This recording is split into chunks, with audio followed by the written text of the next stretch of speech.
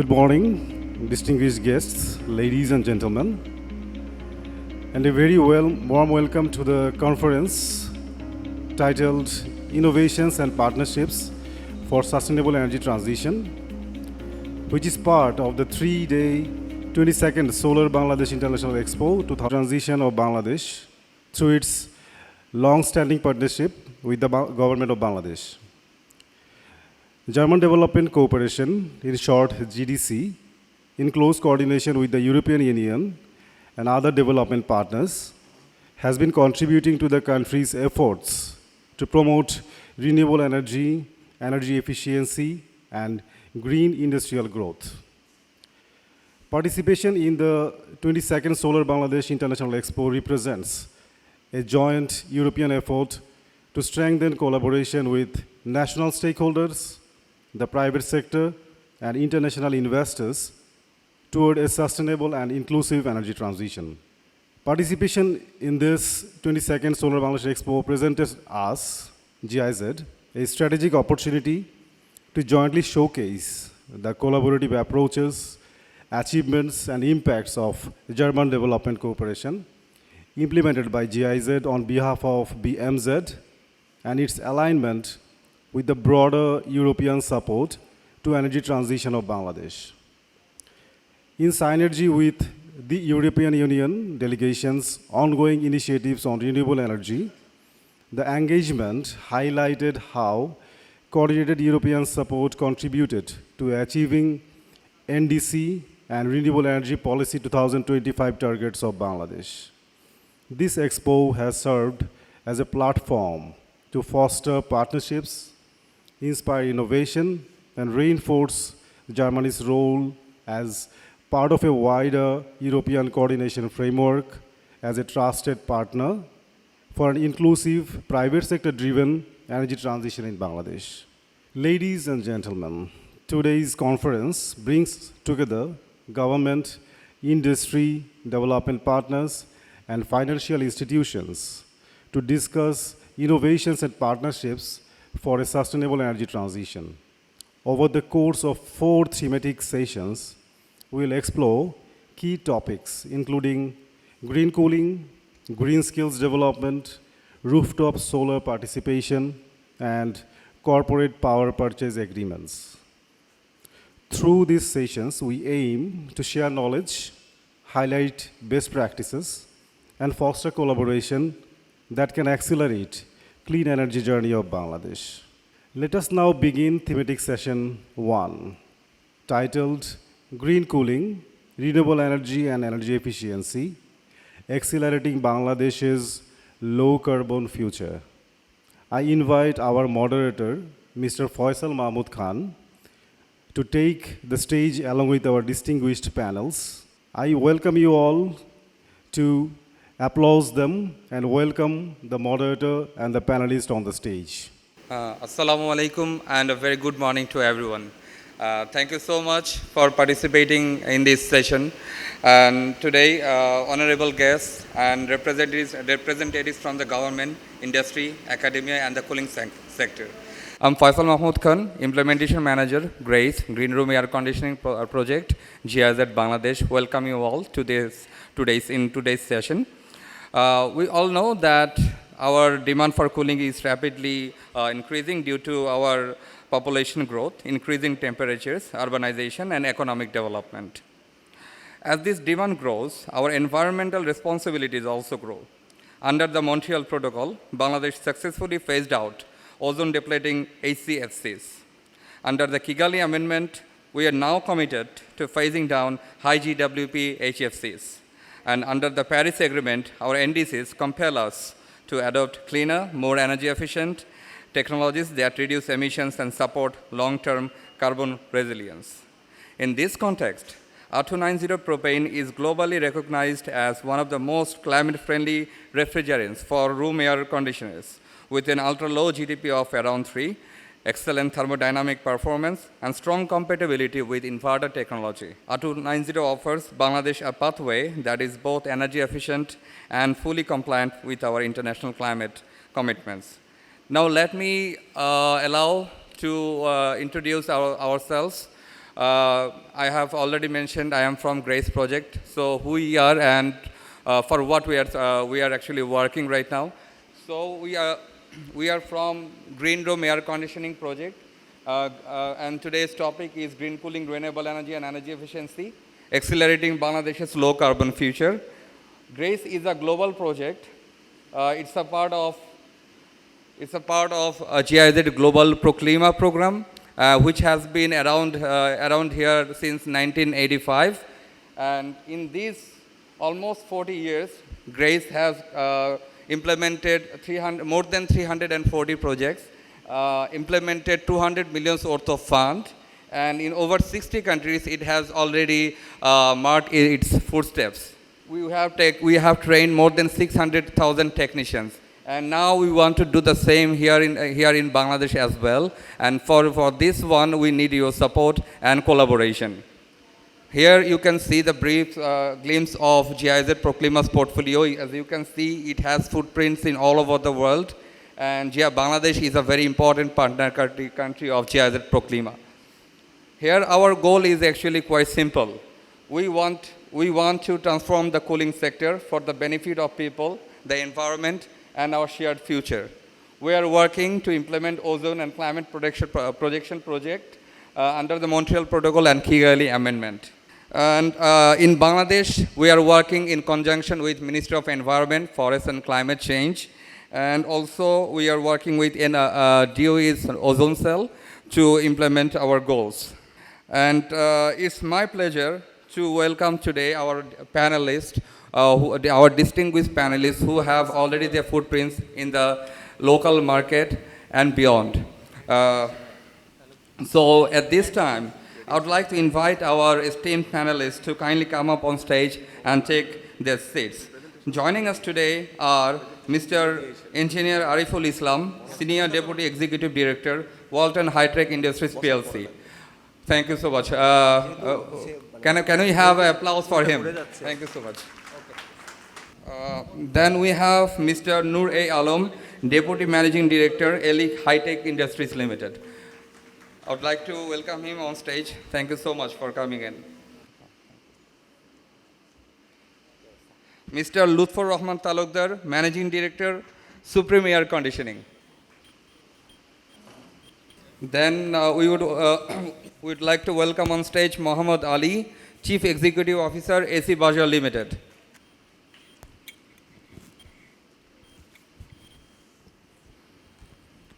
So our next panelist was supposed to be Mr. Anwarul Islam, President Brahma.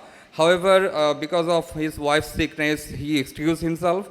So instead, today we have Vice President of Brahma, Mr. Jahid. Please welcome Mr. Jahid. And then we have Mr. Engineer Shekhar Chandra Bishas, Superintending Engineer, Public Works Department, PWD. Let me provide a glimpse of our esteemed panelists today. We have with us Mr. Engineer Ariful Islam. He is the Senior Deputy Executive Director of Walton High-Tech Industries PLC. He is a leading air conditioning expert in Bangladesh with over a decade of experience in developing energy-efficient cooling technologies. A mechanical engineering graduate from RUET, he led the establishment of Walton's AC manufacturing plant.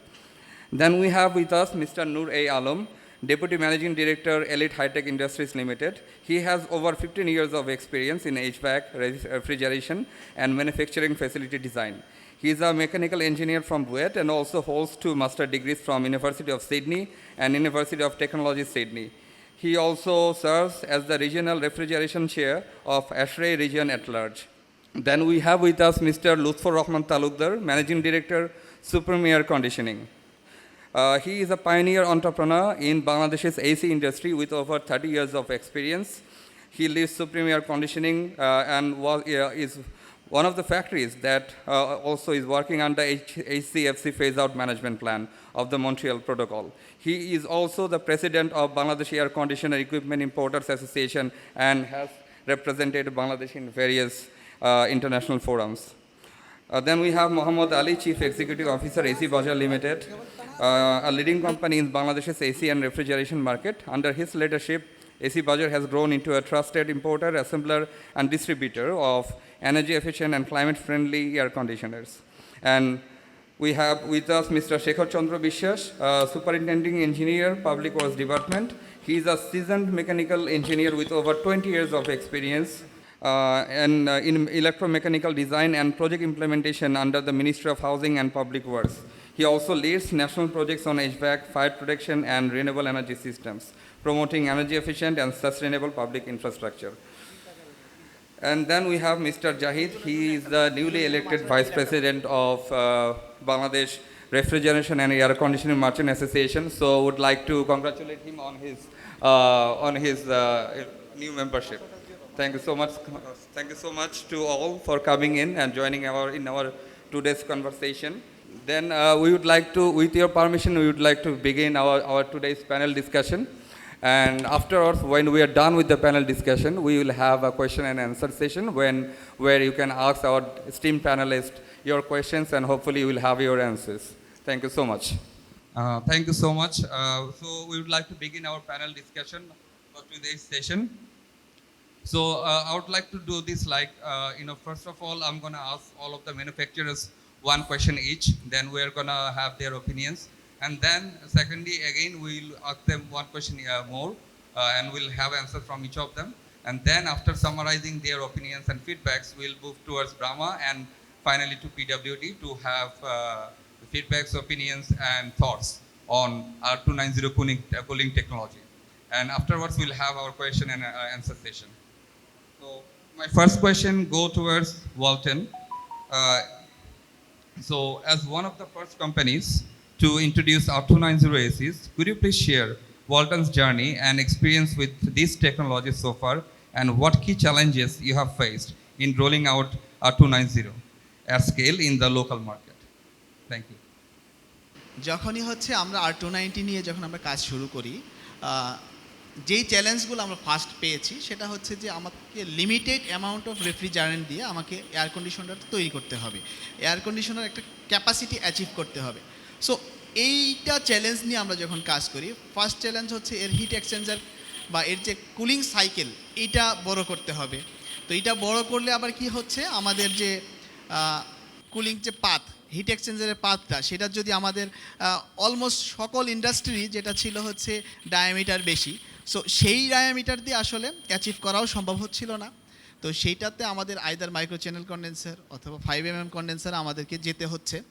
তো সেই ক্ষেত্রে আমাদের manufacturing যে ফ্যাসিলিটিসটা completely different করতে হয়েছে, বা কিছু কিছু ক্ষেত্রে আমরা মডিফিকেশন করতে পেরেছি।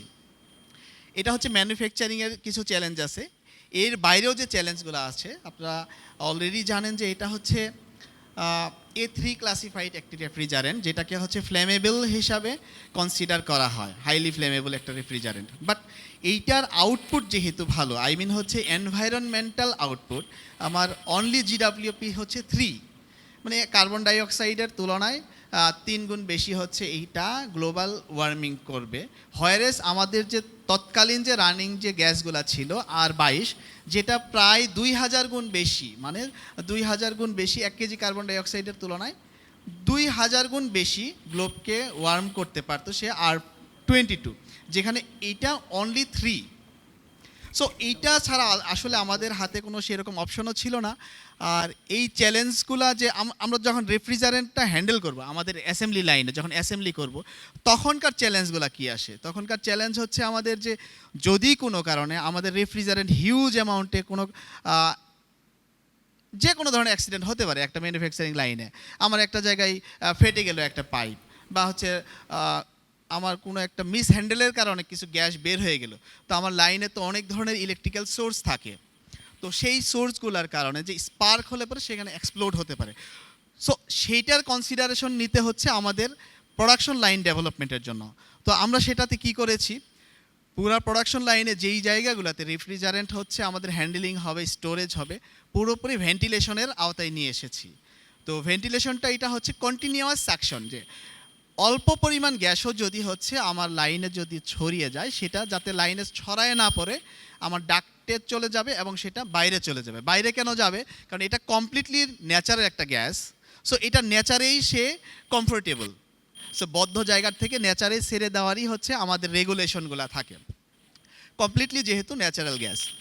সো আমাদের এই জন্য যেটা করতে হয়েছে, পুরো লাইনে এক্সপ্রুফ ইকুইপমেন্টস আমরা ইন্ট্রোডিউস করেছি, এক্সপ্রুফ, যেটাতে কোনো কারণে এক্সপ্লোশন হতে পারবে না, স্পার্ক হবে না, এই ধরনের ইকুইপমেন্টস কিন্তু আমরা ইন্ট্রোডিউস করেছি। একই সাথে যদি কোনো গ্যাস হচ্ছে আমার লাইনে চলে আসে, সেই গ্যাসকে হচ্ছে আমার ডাক্টের মাধ্যমে কন্টিনিউয়াস সাকশন, এক্সপ্লোশন ফ্যান আছে, এক্সপ্রুফ ফ্যান আছে, সেটা দিয়ে আমার বাইরে বের করে দিচ্ছে। এরপরেও যদি এখানে কোনো অ্যাক্সিডেন্টাল ঘটনা ঘটে, এই হিউজ অ্যামাউন্টের গ্যাস যদি কোনো কারণে চলে আসে, তো সেই ক্ষেত্রে আমরা কি করতেছি, সেখানে লিক অ্যালার্ম সিস্টেম আমাদের অ্যাসেম্বলি লাইনে কিন্তু আছে, এবং তখন ডাবল স্টেজে হচ্ছে আমাদের সাকশন করবে, গ্যাসগুলো বের করে দিবে। স্টিল যদি সেটা কমপ্লিটলি সে যদি ক্যাপাবল না হয় কমপ্লিটলি দূর করার জন্য, তখন অটোমেটিক আমার পুরা ফ্লোরে হচ্ছে অ্যালার্ম বাজবে এবং হচ্ছে কমপ্লিট পাওয়ার শাটডাউন হবে। তো এই ধরনের চ্যালেঞ্জগুলো হচ্ছে আমাদের ম্যানুফ্যাকচারিং লাইনে এবং ম্যানুফ্যাকচারিং ফ্যাসিলিটিসে আমাদের তৈরি করতে হয়েছে। এর বাইরে যদি বলি, এখন আসি প্রোডাক্ট সেফটিটা হচ্ছে এইটা আমি সবার জন্য সেফটি, যারা ব্যবহার করবে তাদের সেফটিটা কিন্তু রেগুলেশন যদিও আছে আইসির রেগুলেশন, সেটা হচ্ছে যে 240 গ্রামের বেশি আমি দিতে পারবো না 1 টনে, কিন্তু আমি কিন্তু তার থেকে কম দিয়ে ইউজ করতেছি। তারপরেও যে রেগুলেশনের বাইরেও যে আমরা যে কাজগুলো করেছি, সেটা হচ্ছে যে আমাদের এসিতে আমরা লিক অ্যালার্ম সিস্টেম দিয়েছি, যে কোনো কারণে যদি গ্যাস লিকেজ হয়, তো সেইখানে হচ্ছে আমাদের একটা সেন্সর থাকবে, সে গ্যাসটা সেন্স করবে, সেন্স করার পরে একটা অ্যালার্ম দিবে এবং ডিসপ্লেতেও সেই অ্যালার্ম বাজবে এবং ভিজিবল হবে। তো এরপরে কি হবে, এসিতে যেহেতু হচ্ছে আমি রিমোটে চাপলে পরে কিছু সুইচিং থাকে পিসিবিতে, তো সেই সুইচিংগুলো যাতে না হতে পারে, রিমোট দিয়ে যাতে কেউ বন্ধ না করতে পারে, ন্যূনতম যে এসির যে সেফটি যাতে ভায়োলেট না হয়, সেই জন্য যেটা করছি, সে এসিটা সে কাস্টমার যেটা হবে অ্যালার্মটা শুনতে পারবে এবং কম্প্রেসরটা অফ হয়ে যাবে সাথে সাথেই, বাট আমার হচ্ছে ফ্যানটা ঘুরতে থাকবে, আর পিসিবির কোনো সুইচিং আমাদের কিন্তু হবে না। তখন কাস্টমার কী করবে, ম্যানুয়ালি এসিটা বন্ধ করে দিবে, ম্যানুয়ালি যে আমাদের সার্কিট ব্রেকার আছে সেখানে বন্ধ করে দিবে। সেই ক্ষেত্রে কি হচ্ছে, এসির যে গ্যাসটা আছে আমার রুমে চলে আসতেছে, কোনো প্রকার সুইচিং বা স্পার্কের কারণে কিন্তু আমার এসিটাতে ফায়ার ধরার কোনো সম্ভাবনা থাকতেছে না। অ্যাপার্ট ফ্রম দিস, এসি যে পুরাপুরি আমার রুমে চলে আসলো, এখন এসিতে রুমে আগুন ধরতে পারে কি না, এরকম একটা কোশ্চেন কিন্তু থাকে। তো কোশ্চেনের আনসার হচ্ছে যে একটা গ্যাস আমাদের রেফ্রিজারেন্ট যেটা R290 বেসড, যে R290 গ্যাসটা তখনই আগুন ধরবে যখন হচ্ছে এয়ার ভলিউমে আমাদের 2% থেকে 10% এর মাঝে যখন থাকবে। যদি এটার অ্যামাউন্ট 10% উপরে চলে যায় তখন আগুন ধরবে না, 2%-এর নিচে থাকলেও কিন্তু আগুন ধরবে না। যেইটা আমরা ব্যবহার করতেছি সেটা তো 2 না 0.5-এর নিচে চলে আসতেছে ওভারঅল রুমের সাইজ অনুসারে। তো সেই ক্ষেত্রে আমি আমার এসিতে যেই পরিমাণ গ্যাস ব্যবহার করছি, সেই গ্যাসটা যদি আমার রুমে ছেড়ে দেই, তারপরে আগুন দেই, তারপরেও আগুনটা ধরবে না। তো এতটুকু নিশ্চয়তা দিয়ে আমরা কিন্তু ম্যানুফ্যাকচারাররা আমরা কিন্তু এটা ডেভেলপ করতেছি, বা আমরা অলরেডি করে ফেলছি, লঞ্চও করেছি। তো এখন আমাদের এই জিনিসটা এত সেফটি রেগুলেশন দিয়ে বা সব কিছু কমপ্লিট করেই কিন্তু আমরা হচ্ছে বাজারে ছাড়তেছি। তারপরেও যে জিনিসটা আমাকে কোশ্চেনটা হলো, সেটা হচ্ছে যে আমাদের চ্যালেঞ্জগুলো কি, বিক্রি করার চ্যালেঞ্জগুলো কি আসতেছে, বা হচ্ছে আমাদের আসলে এইটা কিভাবে হচ্ছে আমরা ওভারকাম করতে পারি। আমরা প্রোডাক্ট ডেভেলপমেন্ট করার পরে প্রাথমিকভাবে যেটা করেছি, ইউএনডিপি এবং হচ্ছে জিআইজেড, পরিবেশ অধিদপ্তর, সবার সমন্বিত প্রয়াসে আমরা কিন্তু সারা দেশব্যাপী ট্রেনিং এবং অ্যাওয়ারনেস প্রোগ্রাম চালু করেছিলাম, যেটা হচ্ছে ট্রেনিং ফর ট্রেনার, এবং সেই ট্রেনাররাও আবার আমাদের রুট লেভেলে হচ্ছে যাতে ট্রেনিং দেয়, সেই প্রোগ্রামটা আমরা করেছি সাকসেসফুলি, এবং এটা কন্টিনিউ থাকবে, এবং এটা শেষ না, কন্টিনিউ থাকতেছে এবং থাকবে। এখন চ্যালেঞ্জ হচ্ছে সেলস চ্যালেঞ্জটা কোথায়? এই চ্যালেঞ্জটা হচ্ছে আমার প্রোডাক্টটা যখন আমি ডেভেলপ করতেছি, আমি অল্প পরিমাণ গ্যাস দিয়ে, আমি শুরুতেই বলছি যে আমার হিট এক্সচেঞ্জার সাইজ বড় করতে হচ্ছে, দ্যাট মিন্স হচ্ছে আমার প্রোডাক্টের সাইজ কিন্তু বড় হয়েছে। তারপরে আমার ম্যানুফ্যাকচারিং লাইনে অনেকগুলো ইকুইপমেন্টস অ্যাড করতে হয়েছে, দ্যাট মিন্স আমার ম্যানুফ্যাকচারিং কস্ট বেড়ে যাচ্ছে। সো আলটিমেটলি আমার সিওজিএসটা বেড়ে যাচ্ছে, মানে আমি যেই প্রাইসে বিক্রি করবো সেই প্রাইসটা নর্মাল যে আমার এয়ার কন্ডিশনার তার তুলনায় একটু বেড়ে গেছে। সো এইটা বেড়ে যাওয়ার কারণে অ্যাজ এ কাস্টমার চিন্তা করতেছে আমি কিভাবে বেনিফিটেড হব। ওনাকে যতই বোঝানো হবে যেটা এটা হচ্ছে গ্লোবালের জন্য ভালো, এটা হচ্ছে এনভায়রনমেন্ট ফ্রেন্ডলি, তো তারপরেও তার হেডেক থাকে আমি বেশি টাকা দিয়ে কেন কিনবো। সবাই সচেতন হলেও চিন্তা করবে যে আচ্ছা ঠিক আছে আমি অন্যটাই কিনতেছি, সবাই কিনতেছে, এখন নতুন আসতেছে অন্যরা কি করতেছে দেখি। তাছাড়া গভর্নমেন্ট কি করতেছে, গভর্নমেন্ট তার টেন্ডারগুলাতে বা গভর্নমেন্ট যে প্রকিউরমেন্ট টিম আছে তারা কোন এসিগুলাতে কেনার জন্য প্রায়োরিটাইজ করতেছে। বা এর বাইরে আরও কিছু জিনিস আছে যেটা হচ্ছে আমরা যারা পায়োনিয়ার বেসিসে air condition R290 based air কন্ডিশনারগুলো বাজারে ছেড়েছি, তাদের আছে আরও অনেকেই তো ইম্পোর্ট করে এসি, বা আরও অনেকেই অ্যাসেম্বলি করে বা ম্যানুফ্যাকচার করে, তারা হয়তো এখনও ইন্ট্রোডিউস করে না, হয়তো সামনে করবে। তো তাদেরও একটা পলিসি থাকে যে এই ব্র্যান্ডের এসিগুলাতে কিন্তু এই ধরনের গ্যাস আছে যেটা কিন্তু ভালো না, যেটা হচ্ছে আগুন ধরে যেতে পারে, এরকম একটা ন্যারেটিভ কিন্তু তারা তৈরি করতে পারে। ইভেন হয়তো যারা উপর লেভেলে আছে তারা হয়তো করবে না, যারা ইনস্টল করতেছে সেই লেভেল থেকেও বলতে পারে। সেটা মানুষের একটা মাইন্ডসেটটা অন্যদিকে চালাই দেওয়া। তো এই ক্ষেত্রে চ্যালেঞ্জ কিন্তু আমরা দুই ধরনেরই পড়তেছি, একটা হচ্ছে কনজিউমারের অ্যাকসেপ্টেন্সি, আরেকটা কিন্তু হচ্ছে আমাদের প্রোডাক্ট মানে সেল যে করতেছি প্রোডাক্টের কস্টটা বেড়ে যাচ্ছে।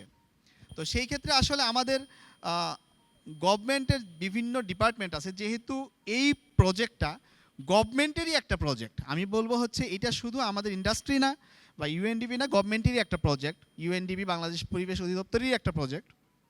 সো তাদেরও যে দায়বদ্ধতা, তাদের থেকেও কিছু এগিয়ে আসতে হবে, যে আমাদের ট্যাক্স ডিপার্টমেন্ট যারা আছে তারা এই প্রোডাক্টের যে আরও কিছু ইস্যু ছিল, যেটা এটা যে পিসিবি বা এটা যে কম্প্রেসরটা আছে, তো এটা স্বাভাবিকভাবেই যেহেতু মার্কেটে এই এসিটা কম চলে, এটার দাম কিন্তু বেশি। সো আবার ট্যাক্স রেট যেটা অন্যান্য এসির compressor PCB sensor similar, so এইটা কিন্তু আসলে চেঞ্জ আনতে হবে, না হলে আমরা আসলে পারবো না। আরেকটা জিনিস হচ্ছে এইটার বিক্রয়ের উপরে অবশ্যই সাবসিডি দিতে হবে এবং এটা প্রায়োরিটাইজ করতে হবে গভর্নমেন্ট থেকে, এবং গভর্নমেন্টের যে বিভিন্ন স্ক্যাজুয়ালগুলো থাকে এইটাকে লেভেল প্লেইং ফিল্ড না দিলে পরে আসলে R290 অনেকেই কিনতে আগ্রহী হবে না। আমরা যতই মার্কেটিং করি, আমি অ্যাজ এ ইন্ডাস্ট্রি থেকে আমি মার্কেটিং করতেছি, জিআইজেড থেকে করতেছে, এখন যদি গভর্নমেন্ট প্রকিউরমেন্ট টিমটা যদি বলে যে হ্যাঁ আমার এই জায়গায় এসিগুলো আমার R290 বেস্ট এসি লাগবে, GWPর এসি লাগবে, তখন স্বাভাবিকভাবেই আমি তো দিতে পারতেছি, বাকি যারা আছেন যারা ইম্পোর্ট করবে, বাকি যারা আছেন তারাও চিন্তা করবে যে এইখানে আমিও কম্পিটিশনে যাই, সো আমাকেও এই এসিগুলা কিন্তু বানাইয়ে দিতে হবে, সেই কম্পিটিশনটা আমাকে ধরতে হবে। ভাই আপনার কাছে আবার একটু আসবো এটা নিয়ে। ধন্যবাদ আপনাকে, আপনি চমৎকারভাবে হচ্ছে বেশ কিছু ইস্যু তুলে ধরেছেন, সেফটি মেজার থেকে শুরু করে, যেমন আপনি বলেছেন যে আমাদের একটা মিসকনসেপশন আছে, আমরা ফ্লেমেবল বলে ভয় পেয়ে যাচ্ছি, আসলে ব্যাপারটা হচ্ছে অকুপেন্সির একটা ব্যাপার আছে, যেখানে আমাদের চার্জ গ্যাস হয়তো বা কখনোই সেটা আপনার লিড করবে না একটা আপনার এক্সপ্লোশনের জন্য, আপনার এক্সপ্রুফ হচ্ছে ইকুইপমেন্ট ইনস্টল করছেন। সো এখানে হচ্ছে আমাদের অ্যাওয়ারনেসের একটা ব্যাপারও চলে আসছে, প্লাস আপনি বেশ কিছু গভর্নমেন্টের যে প্রকিউরমেন্ট এবং ট্যাক্স রেট পলিসি ইস্যুটা নিয়ে আসছেন, সেইটা নিয়ে আমাদের আরও ফার্দার ডিসকাশন হবে। তো এর আগে এরই মাঝখানে আমি আরও কিছু কোয়েশ্চেন নিতে যাচ্ছি, অ্যান্সার নিতে যাচ্ছি। সো আমি এখন মুভ করতে যাচ্ছি mister Noore Alam, DMD Elite Hitech Industries Limited. ওনার কাছে আমার প্রশ্নটা হচ্ছে, আপনারাও হচ্ছে ফ্রন্টে আছেন R290 রোল আউট করার ব্যাপারে, এবং আপনাদের এক্সপিরিয়েন্সটা এখন পর্যন্ত কেমন আছে একটু কাইন্ডলি যদি শেয়ার করতেন, এবং আপনি যদি কাইন্ডলি শেয়ার করতেন যে আমাদের কি কি পলিসি চ্যালেঞ্জ ফেস করতে হয়েছে এখন পর্যন্ত, যেটা আপনার কাছে মনে হচ্ছে যে আমাদের ওয়াইডার মার্কেট অ্যাকসেপ্টেন্স এর ব্যাপারে হচ্ছে ব্যারিয়ার ক্রিয়েট করছে R290 এসি রোল আউটের ব্যাপারে। Thank you. আমার মনে হয় প্রশ্নটা আসলে খুবই চমৎকার, এবং অ্যান্সারের জায়গাগুলো আসলে আরিফের সাথে খুব একটা ডিফারেন্সিয়েট করার কিছু নাই, বাট আমি আমাদের এক্সপিরিয়েন্সটা যদি একটু বলতে চাই। আমরা তো আসলে খুব বেশি আইটেম নিয়ে কাজ করি না, যেহেতু আমরা আসলে এয়ার কন্ডিশনার স্পেশালিস্ট হিসেবেই নিজেদেরকে পরিচয় দিই, একটা কাজই ঠিক মতো করি। সো যখনই আসলে ইউএনডিপি বা বাংলাদেশ গভর্নমেন্ট এই নেক্সট জেনারেশন অফ রেফ্রিজারেন্টস, বা আমি যেটা বলি ভবিষ্যতের রেফ্রিজারেন্ট, যে R290 নিয়ে কাজ শুরু হয়, আমরা সাথে মানে শুরু থেকে এটার সাথে ছিলাম, এবং আমাদের সর্বোচ্চ যেই টেকনিক্যাল এবিলিটি বা আমাদের দেশকে সার্ভ করার যে ইচ্ছাটুকু, ওটুকু নিয়ে আমরা একসাথে কাজ করেছি। তো যেটা শুরু করছিলাম, যে আরেকটু আগে বলছিল যে আসলে যখন প্রোগ্রামটা শুরু হয় আমাদের দুটো মেজর চ্যালেঞ্জ ছিল, যে একটা হচ্ছে রেফ্রিজারেন্টের লিমিট। সো 1.5 টন একটা এয়ার কন্ডিশনারের জন্য ও 1 টনের কথা বলেছে যে 240 গ্রাম রেফ্রিজারেন্ট ছিল সিলিং, যেখানে আমরা চেষ্টা করেছি যে 200 গ্রামের মধ্যে যে যেন রেফ্রিজারেন্টটা থাকে, এর উপরে যেন আমরা না যাই। সেম থিং 1.5 টনের জন্য 387 গ্রাম 387 গ্রামস ছিল, আমরা 340 গ্রামসের মধ্যে শেষ করেছি।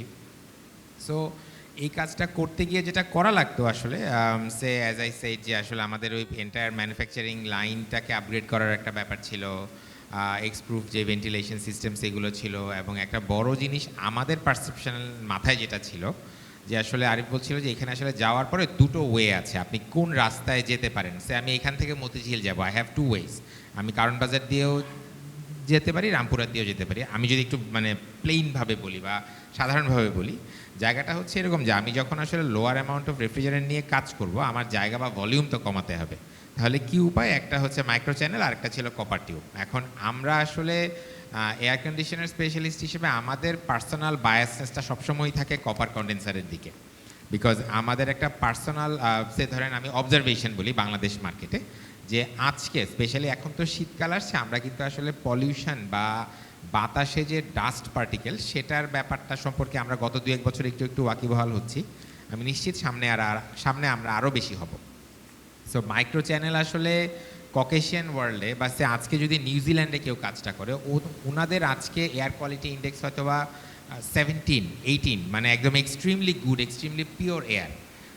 ওয়ারেজ আমরা দিল্লি, লাহোর, এই সাবকন্টিনেন্টাল সিটিগুলোর মধ্যে আমরা প্রায় 400-র উপরে থাকি, উইচ ইজ এক্সট্রিমলি হ্যাজার্ডস। এটার একটা বাই প্রোডাক্ট বা মানে ইন্টারপ্রিটেশন হচ্ছে যে আমাদের বাতাসে প্রচুর এক্সট্রা পার্টিকেলস থাকে, যে পার্টিকেলসগুলো আসলে আমাদের ইকুইপমেন্টের মধ্যে ঢুকে যায়। এখন আমরা পার্সোনালি যেটা মনে করি যে কপার কন্ডেন্সারের মধ্যে যেই কন্ডেন্সারের ভিতরকার মধ্যে যে গ্যাপটা, মানে ফিনসের মধ্যে যে গ্যাপটা, that is bigger then the micro channel. So আমরা আসলে মানে বাংলাদেশের কনটেক্সটে আমরা মনে করি যে মাইক্রো চ্যানেলের তুলনায়, no offence to anybody, because technology তো সবগুলো টেকনোলজি, হয়তো এটা অন্য আরেকটা দেশের জন্য অ্যামেজিং টেকনোলজি, বাট আমাদের মতামত অনুযায়ী বাংলাদেশের জন্য 5 mm copper condenser is more long lasting. কারণ আমি যেটা দেখি যে বাংলাদেশে আসলে আরেকটা চ্যালেঞ্জ থাকে যে যারা টেকনিশিয়ান, যারা আসলে ফিল্ড লেভেলে কাজ করে, ওদের সক্ষমতা বৃদ্ধির একটা ব্যাপার আছে। ওরা কপার ব্রেজিং করে যেভাবে অভ্যস্ত, ওই সেম ব্রেজিং রড দিয়ে কিন্তু অ্যালুমিনিয়াম ব্রেজিং করলে গলে চলে যাবে। সো এই জিনিসগুলোর ক্ষেত্রে আমার কাছে মনে হয়েছে যে সিমলেস ইন্টিগ্রেশন হওয়া সম্ভব যদি আমরা কপার কন্ডেন্সারেই থাকি, লম্বা লাইফ টাইম পাবো, বাট আমরা R290-র যেই বেনিফিটটা, যে আমরা পরিবেশ বান্ধব, লেস রেফ্রিজারেন্ট, এই বেনিফিটটাও পাবো উইথ বাংলাদেশ কনটেক্সটের যেই বাস্তবতা। সো এই জায়গাটায় আমরা খুব বেশি সিনসিয়ার ছিলাম বা স্ট্রিক্ট ছিলাম, এবং আমি আসলে আজকের দিন এই জিনিসটা একটু বলতে চাই। আমার ধারণা সামহাও এই জিনিসটা ওভাবে আসেনি, যে আমরা যখন আসলে R290 এয়ার কন্ডিশনারের কথা বলি, বাংলাদেশ কিন্তু globally one of the pioneer. কেন পায়োনিয়ার? কারণ গ্লোবালি আজকে যদি আমি জার্মানিতেও যাই, ব্লু অ্যাঙ্গেল সার্টিফিকেট ওয়াইজ, জার্মানিতে কিন্তু আপনি R290 দিয়ে তৈরি করা এসিগুলো 1 টন ক্যাপাসিটি পর্যন্তই পাবেন এয়ার কন্ডিশনার সেগমেন্টে। আমি হিট পাম্প বলছি না, heat pump is a different industry, exactly. So মানে বাট বাংলাদেশে আমরা এয়ার কন্ডিশনার 1.5 টন পর্যন্ত তৈরি করেছি। এটা আসলে পৃথিবীর আর কোথাওই নাই। এখন নাই মানে কি, জিনিসটা এরকম যে ওনারা চাইলেও পারতো না, ঘটনাটা এরকম না, বাট আমরা পরিবেশের প্রতি মোর শ্রদ্ধাশীল ছিলাম, গভর্নমেন্টের প্রজেক্টের প্রতি শ্রদ্ধাশীল ছিলাম। সো আমরা আমাদের R&D রিপোর্টটুকু এটার পিছনে দিয়েছি। ওনারা হয়তো এটা না বানিয়ে হয়তো অন্য প্রোডাক্ট বানিয়েছে, যেটা ওনাদের জন্য ব্যবসায়িকভাবে মোর সেন্স মেক করেছে। সো আমরা অ্যাজ এ কান্ট্রি আমরা 1 টন এবং 1.5 টন দুটো এয়ার কন্ডিশনারের জন্যই R290 দিয়ে প্রস্তুত, এবং সামনের রেগুলেশন অনুযায়ী আরেকটু বাড়বে। আর আমি যদি ইন টার্মস অফ পলিসিতে আসি, আমি যেটা সবার আগে বলি যে গভর্নমেন্টের, আমি GIZ-এরই একটা এক্সাম্পল দিই। GIZ, if I'm not wrong, it's in Ghana, right? That there is a project where মানে এই গভর্নমেন্ট প্রকিউরমেন্টগুলোতে GIZ was subsidizing যে 1.5 লাখ পরিমাণ সে air conditioner in last 5 years. I think it's either Ghana or Kenya. There was a project যেখানে government procure করেছে, GIZ basically subsidized that procurement over the span of 5 years. So প্রতি বছরে 10-20 হাজার করে মোটামুটি 1.5 লক্ষ এয়ার কন্ডিশনার কেনা হয়েছে। যারা এই প্রজেক্টটা করেছে ওদের কাছ থেকে কিনেছে, বাট এটা যেহেতু দাম বেশি, সে ধরেন ফর এক্সাম্পল আমি বললাম যে এটার জন্য $100 দাম বেশি লাগে। মানে আমি আসলে আজকে যেহেতু জিআইজেড এর প্রোগ্রাম, আমি জিআইজেড এর এই জায়গাটা একটু হাইলাইট করতে চাই। আমি জাস্ট একটু দেশের নামটা একটু দেখে নিন, আপনাদের Fabio probably he knows more about it, যে either it's Ghana or Kenya, যেখানে আসলে প্রায় 50,000 এয়ার কন্ডিশনার ওরা সাবসিডাইজড প্রাইসে, কারণ প্রাইভেট সেক্টরে পুশ করার আগে it's easier because government has a large framework, large buying capacity. So GIZ যেটা করেছে, ওদের গভর্নমেন্টকে বলেছে তোমরা এটা কিনো, তোমাদের প্রত্যেকটা এসিতে আমরা $50 বা $100 করে সাবসিডাইজ করে দিব over the span of 5 years. So আমি মনে করি এরকম একটা প্রজেক্ট যদি বাংলাদেশে আসে, এটা 50,000 এসি হতে পারে, 10,000 এসি হতে পারে, I don't know, but that can actually get the ball rolling, because otherwise আসলে আমরা কথা বলতেই পারবো। আরিফ যেটা বলছিল যে আসলে কথা বলা আর অ্যাকচুয়ালি কাজ হওয়ার মধ্যে তো একটা ডিফারেন্স থাকে। আর এটার সাথে আমি আর দুটো লাইন একটু ছোট্ট যোগ করি। একটা হচ্ছে এখানে পিডাব্লিউডির শেখরদা আছেন। সো আমার কাছে মনে হয় যে এই যে পরিকল্পনা মন্ত্রণালয় এবং পিডাব্লিউডি বা সিপিটিউ বা বিপিপি এর যেই রেগুলেশনগুলো আছে, আমরা এর আগে পরিবেশ অধিদপ্তরে একটা মিটিং হয়েছিল যে আপনাদের গ্রিন প্রকিউরমেন্টের যেই ম্যান্ডেটগুলো আছে, ওখানে যদি আসলে একটা অ্যাকাউন্টেবিলিটি থাকে যে হ্যাঁ 20% procurement, 30% procurement has to go through this things, এটা হেল্প করে। স্পেশালি আমি জানি যে গ্রিন প্রকিউরমেন্টে কিন্তু এখন ওই যে লিড এর যে ব্যাপারগুলো নিয়ে কাজ হয়, আমি এভাবে বলি যে লিডের জন্য আপনি নর্মালি যেই হাই এন্ডের পয়েন্টসগুলোর জন্য যেই চিলার্স বা যেই জিনিসপত্রগুলো আপনি করেন, a lot of the cases LEED বিল্ডিংয়ে কিন্তু আপনি স্প্লিট এসিতে আসতেই পারেন না, রাইট? বাট আপনি লিড বিল্ডিংয়ে স্প্লিট এসিতে আসতে পারেন যদি এটা R290 হয়। আপনাকে R290-র কারণে যে এক্সট্রা পয়েন্টসটা আপনি পাবেন, এটা কিন্তু আপনাকে লিড, প্লাটিনাম, গোল্ডে নিয়ে যাবে। দুটো জিনিস ভেরি সিম্পল, একটা হচ্ছে R290 বেসড এসি যদি হয়, একটা আপনি হিউজ একটা পয়েন্ট বুস্ট পাবেন। সেকেন্ড হচ্ছে যদি আপনার ওখানে অ্যাডিশনাল ভেন্টিলেশন থাকে, সো দ্যাট ফ্রেশ এয়ার 10% আছে, একটা সিম্পল থিং। আর R290 এই দুটো দিয়ে স্প্লিট এসি দিয়ে আপনি লিড বিল্ডিং করে ফেলতে পারেন। সো আপনাদের ম্যান্ডেটও ঠিক থাকে এবং ইন্ডাস্ট্রিটা মুভ করা শুরু করে। আর lastly but not the least, আমি সবসময় যেটা বলি, আমাদের দেশের কাস্টমস ইম্পোর্ট ডিউটি বা পলিসিতে মানুষজন বললে হয়তো একটু হাসতে পারে, আমি এভাবে বলি যে আজকে একটা নন ইনভার্টার এয়ার কন্ডিশনারের কম্প্রেসারের ট্যারিফ ভ্যালু যদি হয় $50, আর R290 এয়ার কন্ডিশনারের যেহেতু এটা ইনভার্টার হবে, তার কম্প্রেসারের কাস্টমস ডিউটি ট্যারিফ ভ্যালু হচ্ছে $85। সো অলমোস্ট 65% বেশি কাস্টমস ট্যারিফ ভ্যালু, যে ওটাতে যখন আপনি 37% ডিউটি অ্যাড করবেন, এই খরচগুলো আসলে আমি মানে পোলাইটলি ডিসএগ্রি করি আরিফের সাথে, যে এটা আসলে সমান লেভেল প্লেয়িং ফিল্ডও না আসলে। ইটস বেসিক্যালি মানে it's the system is working against the incentive. So আমি মনে করি এই জায়গাটায় আসলে গভর্নমেন্টের দেখার সুযোগ আছে বা প্রয়োজনও আছে। Thank you. আমাদের সাথে শেখর স্যারও আছেন। এই প্রশ্ন নিয়ে অবশ্যই স্যারের কাছে পরে যাব। যেটা বললেন যে প্রথমত হচ্ছে আমাদের সাবসিডাইজেশনের যে ব্যাপারটা, এটা এটা হচ্ছে আমরা একটু এক্সপ্লোর করে দেখবো এটা কোন প্রজেক্টটা করা হয়েছে। But this is a very good proposition মনে করি। যদি হচ্ছে আমি লোকাল মার্কেটে যদি এটার হচ্ছে স্প্রেড করতে চাই, obviously that will help.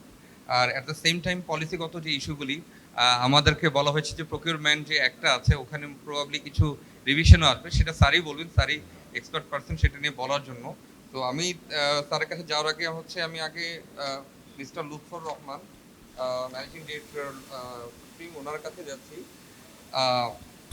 Sir, আমি আপনাকে রিকোয়েস্ট করব যে যেহেতু ওনারা অলরেডি হচ্ছে ওনাদের এক্সপিরিয়েন্সটা শেয়ার করেছেন, আপনি যদি কাইন্ডলি ডিফারেন্ট একটা পার্সপেক্টিভ থেকে হচ্ছে আপনার অভিজ্ঞতাটা শেয়ার করতেন। যে আমরা হচ্ছে আপনি হচ্ছে আমাদের মনে পড়ছে যে আপনি এর আগে আপনার সাথে যখন কথা বলেছি, আপনি ট্রেড এবং ফিসকাল বেনিফিট নিয়ে ধন্যবাদ।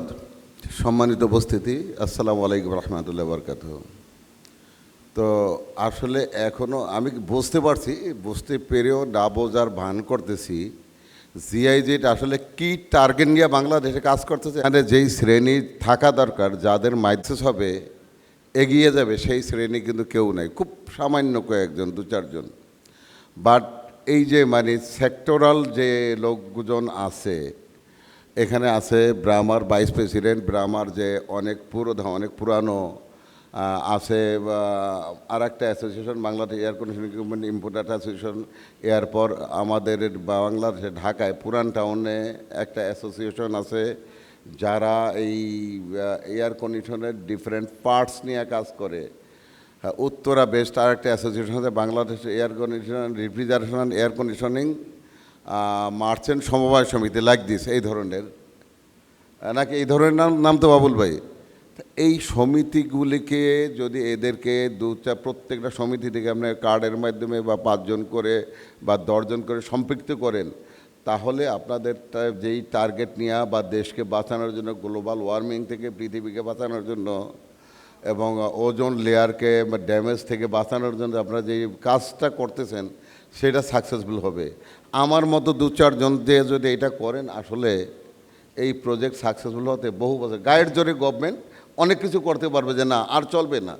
যেমন এখানে শেখর ভাই আছেন, উনি বলেন যে উনি যদি একটা নোট দেন পরিবেশ অধিদপ্তরে প্লাস গভর্নমেন্টের এরপর এই R22 গ্যাসের এখন এসি বা R410 গ্যাসের এসি R32 গ্যাসের এসি চলবে না, বাধ্যতামূলক বন্ধ করুন, বাট এটা বন্ধ হয়ে যাবে। বাট পলিসিটা আপনাদের সঠিক বলে আমি না, তারপর please let me say something. তো আমি এরপর আশা করব যে আপনারা সেক্টরাল লোকদেরকে ডাক দিয়া এই প্রোগ্রামগুলি করবেন, নাম্বার 1। নাম্বার 2, নূর একটা কথা বলছে যে প্রত্যেকে যে আমাদের ওয়ালটনের যে প্রতিনিধি আছেন উনি বলেছেন সবাই মেনলি গ্যাসটা যে গ্যাস ইউজে এইটার বেশি তারা ইয়ে করছেন, তাদের মতামত দিয়েছেন। গ্যাস ছাড়াও এই প্রোডাক্টটা বাংলাদেশে, আমি বাংলাদেশ নিয়ে কথা বলব, বাহির নিয়ে কথা বলব, বাংলাদেশে যদি বাস্তবায়ন হইতে হয় তা আরও এটার প্রচুর কম্পোনেন্ট আছে, প্রচুর আইটেম আছে, সেই দিকে আপনাদেরকে ফোকাস করতে হবে। যেমন ধরেন বাংলাদেশের মানুষ সবাই চায় সবচেয়ে সস্তায় সবচেয়ে ভালোটা, শুধু বাংলাদেশ না সারা পৃথিবীর এটা একটা চিন্তা যে ওই একটা বাংলার কমন কথা আছে, কিছু মনে করেন না, আমি কিন্তু যেহেতু একটা অ্যাসোসিয়েশনের প্রতিনিধি আমি আমার সেই ভাষায় বলতেছি, একটা কমন কথা যে তেল কম ভাজা মশমশা, এই টার্গেটিংয়ের প্রত্যেকটা লোক। তো আমাদের গভর্নমেন্ট লেভেলে যদি আপনাদের মাধ্যমে আমাদের ইউএনডিপি প্লাস মন্ট্রিল প্রোটোকল, পরিবেশ অধিদপ্তর প্লাস শেখর সাহেব আছেন, ওদের মাধ্যমে যদি বাস গোল টেবিলের যদি অ্যাসোসিয়েশন দিয়ে আয়োজন করা যায়, তাহলে আপনাদের প্রজেক্ট বা আপনাদের টার্গেটগুলি সাকসেস হবে। যে পর্যাপ্ত পরিমাণে জিরো ওডিপি এবং জিরো গ্লোবাল ওয়ার্মিং যেই প্রোডাক্টগুলি আপনারা ইমপ্লিমেন্ট করতে চান, সেটা সাকসেস সবচেয়ে বেশি প্রাইস। নর্মাল R32 একটা এসি 1 টন বা 1.5 টন যেই দাম, তার থেকে 10 থেকে 12,000 বা 15,000 টাকা বেশি আছে R290। আর এখানে একটা হুমকি আছে যে এটা আগুন ধরে, এটা আগুন জ্বলে। ফার্স্ট 2012-তে আমি আর ডক্টর পুরকাস্ত জাপানে একটা সিম্পোজিয়ামে যে 3 দিনব্যাপী সিম্পোজিয়ামে জয়েন করেছিলাম, সেখানে দেখেছি আসলে এইটা যতটা বলে ততটা হার্মফুল নয়। ইট ইজ কন্ট্রোলেবল, এটা কন্ট্রোল করা যায়, সম্ভব, কোনো আগুনের কোনো ইয়ে নেই। অর্থাৎ প্রত্যেকটা লোক পহেলা, আমি যেটা বলছি আমার বক্তব্যে আছে যে বেশি করে এই সেক্টরের লোককে নিয়ে আপনারা এই সেমিনারটা করেন, তাহলে তারা জানতে পারবে এইটা যে হার্মফুল নয়। এখন সবার ভিতরে এইটা এটা নিব না, নিলে আমার ঘর উড়িয়ে যাবে, অ্যাকচুয়ালি না।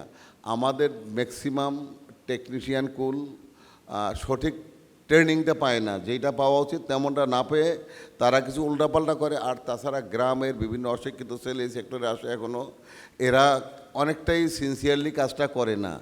এই দুটো কারণেই এই ঘটনাটা ঘটে, যেই কারণে আমরা করি কি, আমি আমার যে প্রোডাক্টগুলি হয় যে যতটুকু এভরি মান্থ অ্যাভারেজ আমি 1 থেকে 150 R290 করি, করে কী করি, লস দেয় টিল আমি লস দিয়ে করি। আমি জানি না ওয়ালটন লস দেয় কিনা, নূর আলম লস দেয় কিনা বা অন্যের, আমি লস দিই। প্রতিটায় ন্যূনতম 10,000, এই যে অল্প করি, নট মাছ। 100 যদি মান্থলি অ্যাভারেজ আমার হয়, বাসার হবে 1200, ঠিক আছে, আমার না হয় 15-20 লক্ষ টাকা লস গেল। হ্যাঁ, তো আমি লস দিয়ে বিক্রি করি, বাট আমার স্পেশাল টেকনিশিয়ান আমি যে ট্রেনিং করাইছি তাদেরকে নিয়ে, আমি জাপান থেকে ট্রেনিং পেয়েছি। আমি একবার কায়রোতে ওই অ্যাস্ট্রেলিয়ার একটা প্রোগ্রামে বাংলাদেশে 2009-এ জয়েন করেছিলাম, সেখান তো আমি কিছুটা আশ পেয়েছি যে কীভাবে করতে হবে। ওইটার আলোকে আমার টেকনিশিয়ান আমি তৈরি করেছি, আমি তাদেরকে দিয়ে করি, বাজারে টেকনিশিয়ান দিয়ে আমি করি না। তার কারণ তারা ভালো ট্রেনিং পায় নাই, যার কারণে সিনসিয়ারলি যেমন কাজটা করা উচিত তারা করতে পারে।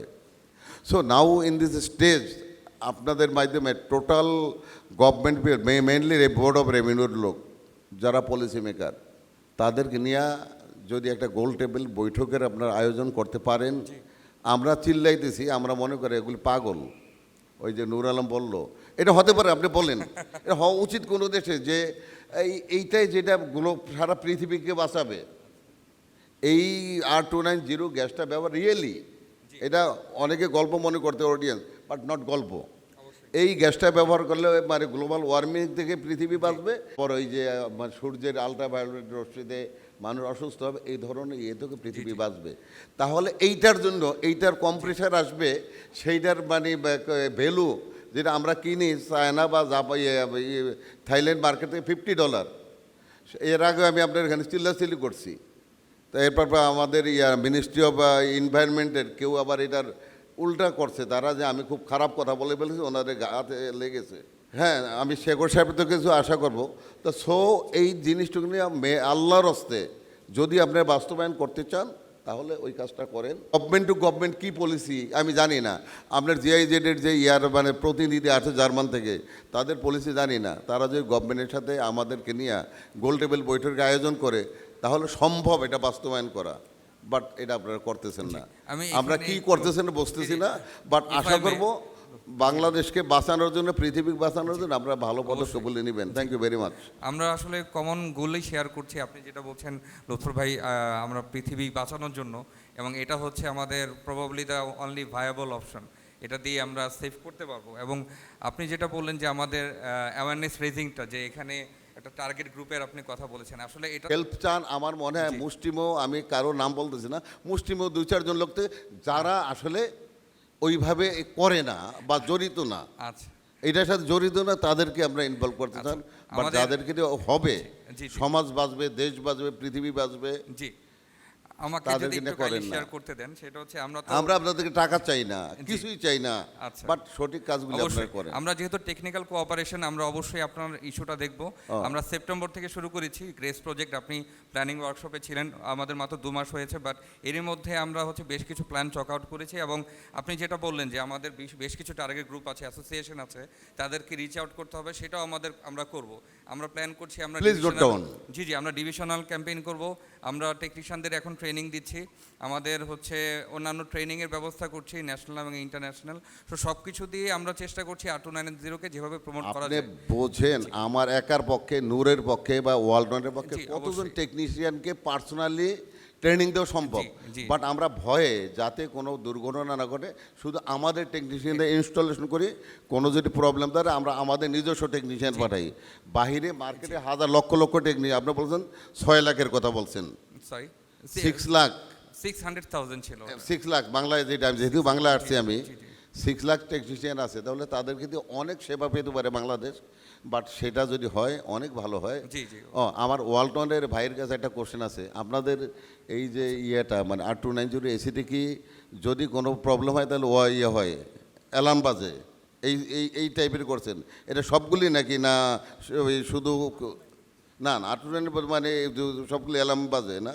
ওকে, থ্যাংক ইউ ভেরি মাচ। আমরা ভাই কোয়েশ্চেনই করবো, কারণ আমাদেরকে আবার প্যানেল ডিসকাশনটা লিমিটেড টাইমে শেষ করতে হবে, বাট আমরা সবগুলি কোয়েশ্চেনই হচ্ছে অ্যাড্রেস করার চেষ্টা করব, কারণ আজকে এখানে ওপিনিয়ন যেগুলি উঠে আসছে সেটা আমরা নোট নিব, এবং আমাদের হচ্ছে যেখানে অ্যাড্রেস করার ব্যাপার আছে সেটা আমরা অবশ্যই আপনাদেরকে দিয়ে আবার হচ্ছে ভেরিফাই করাবো যে এভাবে আপনারা মনে করেন কি না, যদি আমরা এভাবে প্রসিড করি, যেমন ভাইয়া বলেছেন হচ্ছে সাবসিডাইজ করার ব্যাপারে, সেটা কতটুকু করা পসিবল সেটা হতে পারে। যেহেতু আমাদের এখানে ফান্ড লিমিটেশন আছে, সেখানে গভর্নমেন্টের হেল্প আমরা সিক করতে পারি। কিছু ফিসকাল পলিসির ব্যাপার কথা বলেছেন, সেটা নিয়ে আমরা অলরেডি MOE FCC মিনিস্ট্রির সাথে কাজ করছি, এখানে PWD স্যারও আছেন, তার কাছ থেকেও শুনবো।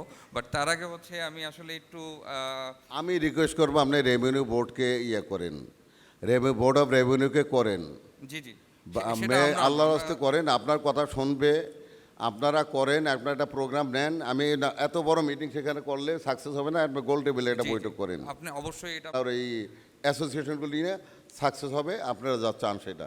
জি জি আমাদের প্ল্যান আছে, আমরা তো পিরিয়ডিক্যালি আমরা এই ধরনের ইভেন্ট করব, সবার কাছ থেকে আমরা যেন সিঙ্ক করে মানে প্রসিড করতে পারি, সিনক্রোনাইজডলি আর কি। আমরা সব কিছু নোট রাখবো, তারপর যেটা ভায়াবল হবে সেটা দিয়ে আমরা অবশ্যই প্রসিড করব।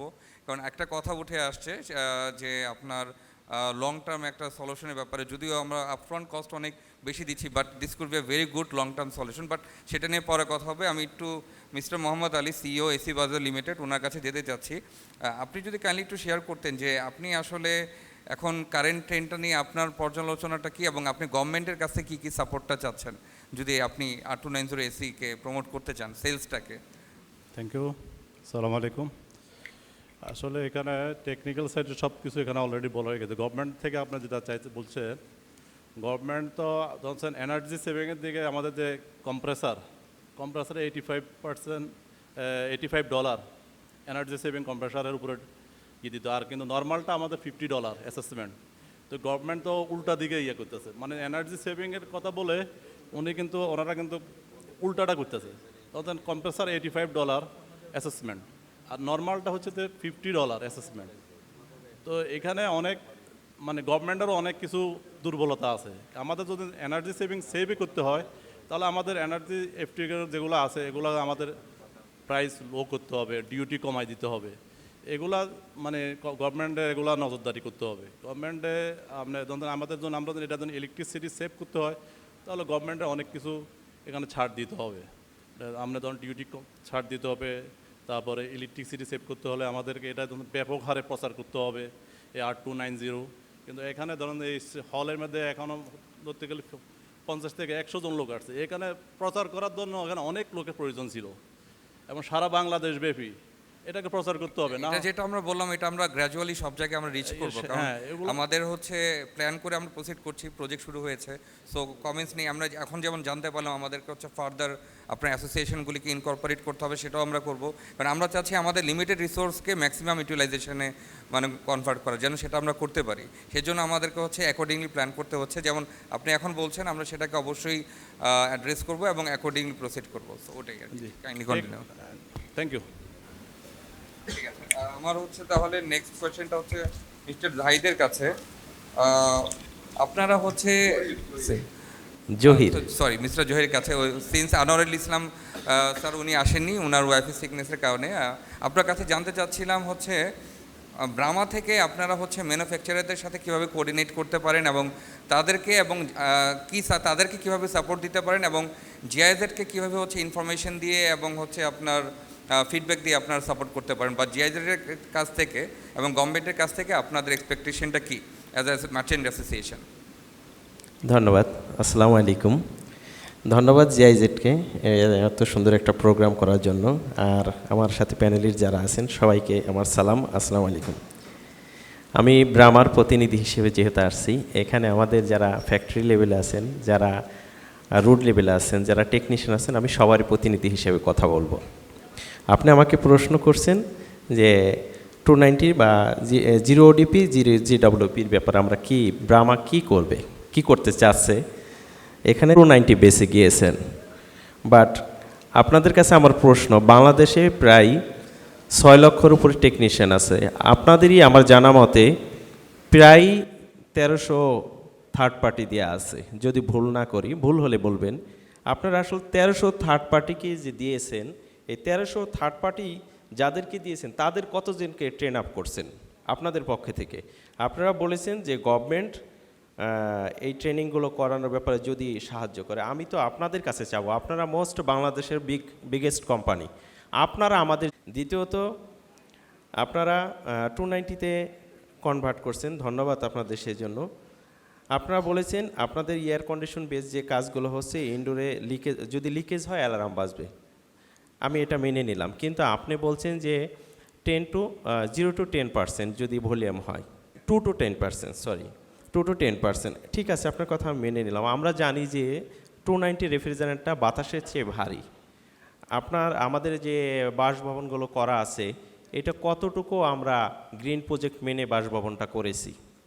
আমাদেরকে আসলে বাসভবনগুলো ওইভাবে করা আছে যেখানে 2 to 10%। আপনি লিকেজ যদি আমার ইনডোরে হয়, আপনি বলেছেন অ্যালার্ম বাজবে, আপনার সুইচটা অফ করবে, কিন্তু আমরা যতগুলো ট্রেনিং নিয়েছি, ট্রেনিংয়ে জানছি যেখানে খোলা সুইচ কোনোভাবে ইউজ করা যাবে না, রিমোটে যদি অফ করে সেইটা আমাদের মনে হয় সেফলি। কিন্তু আপনারা বলছেন ব্রেকারটা অফ করার জন্য, ব্রেকার যখন অফ হয় এখানে একটা স্পার্ক হয় পরে।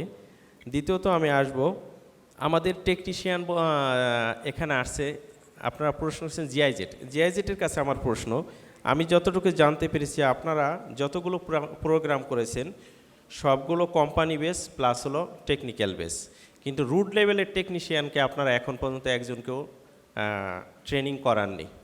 আমার আপনাদের কাছে চাওয়া থাকবে, সারা বাংলাদেশে অন্তত 6 লাখের উপরে টেকনিশিয়ান আছে, যেখানে আমাদের ইউএনডিপি ইউনিএফ যে প্রোগ্রামগুলো করতেছে পরিবেশ অধিদপ্তরের, আমরা আপনাদেরকে সাহায্য করতে চাই। আপনারা এই প্রোগ্রামটা ব্রামার মাধ্যমে করেন, আমরা ব্রামা থেকে আপনাকে পূর্ণাঙ্গ হেল্প করব এবং সারা বাংলাদেশে প্রত্যেকটা জেলাতে আপনাদের মাধ্যমে আমরা ট্রেনিং করাতে চাই, সেটা জিআইজেটের মাধ্যমে। তাতে হবে কি, রুট লেভেলের টেকনিশিয়ানরা ট্রেন আপ হবে এবং বাংলাদেশে আমাদের আরেকটা সমস্যা আছে, যেটা টেকনিশিয়ানদের এখনও টেকনিশিয়ান ট্রেনিং কোনো সার্টিফাইড টেকনিশিয়ান নেই। আমরা আগামী 7 দিনের ভিতরে গভর্নমেন্টের কাছে একটা এসআর করার জন্য জমা দিচ্ছি, এটা যে টেকনিশিয়ানদের একটা ট্রেনিং ইনস্টিটিউট যেভাবে করা যায়, আমরা গভর্নমেন্টের কাছে সেই ধরনের একটা জায়গা চাচ্ছি, প্লাস আমরা একটা টেকনিক্যাল ইনস্টিটিউট চাচ্ছি যেখানে শুধু টেকনিশিয়ানদের সার্টিফিকেশন প্রোগ্রাম হবে 6 মাস, 3 মাস, 12 মাস এবং 4 বছরের ডিপ্লোমা। আমরা এটার জন্য গভর্নমেন্টের কাছে আগামী 7 দিনের ভিতরে ইনশাল্লাহ জমা দিব এবং আপনাদের এখানে যারা কোম্পানি বেজ আছেন আপনাদের কাছে আমরা হেল্প চাবো যে আপনারাও আমাদের সাথে এটার সাথে জড়িত থাকবেন বলে আশা রাখি আপনাদের কাছে। দ্বিতীয় আরেকটা কথা যেটা আসছে যে 65%-এর বেশি ট্যারিফ, ধন্যবাদ এই কথাটা। আমরা অলরেডি এইটার আমরা যখন আমাদের এখানে নির্বাচনী চলাকালীন আমাদের উপদেষ্টা ছিলেন লুৎফর ভাই, ওনাকে জানায় অলরেডি আমরা বিলাল স্যারের কাছে একটা নোট অলরেডি জমা দিয়েছি এই ট্যারিফটা কমানোর জন্য। আমরা 15% আনার জন্য ওনাদেরকে আমরা রিকোয়েস্ট করেছি, এটা ব্রামার পক্ষেতে অলরেডি জমা দেওয়া হয়েছে। এখনও আমরা উত্তর পাইনি, ওনারা 30 কার্য দিবস সময় চেয়েছেন। আমরা হয়তো বা আগামী 10 দিন বা 15 দিনের ভিতরে এটা একটা রেজাল্ট মেবি পাবো।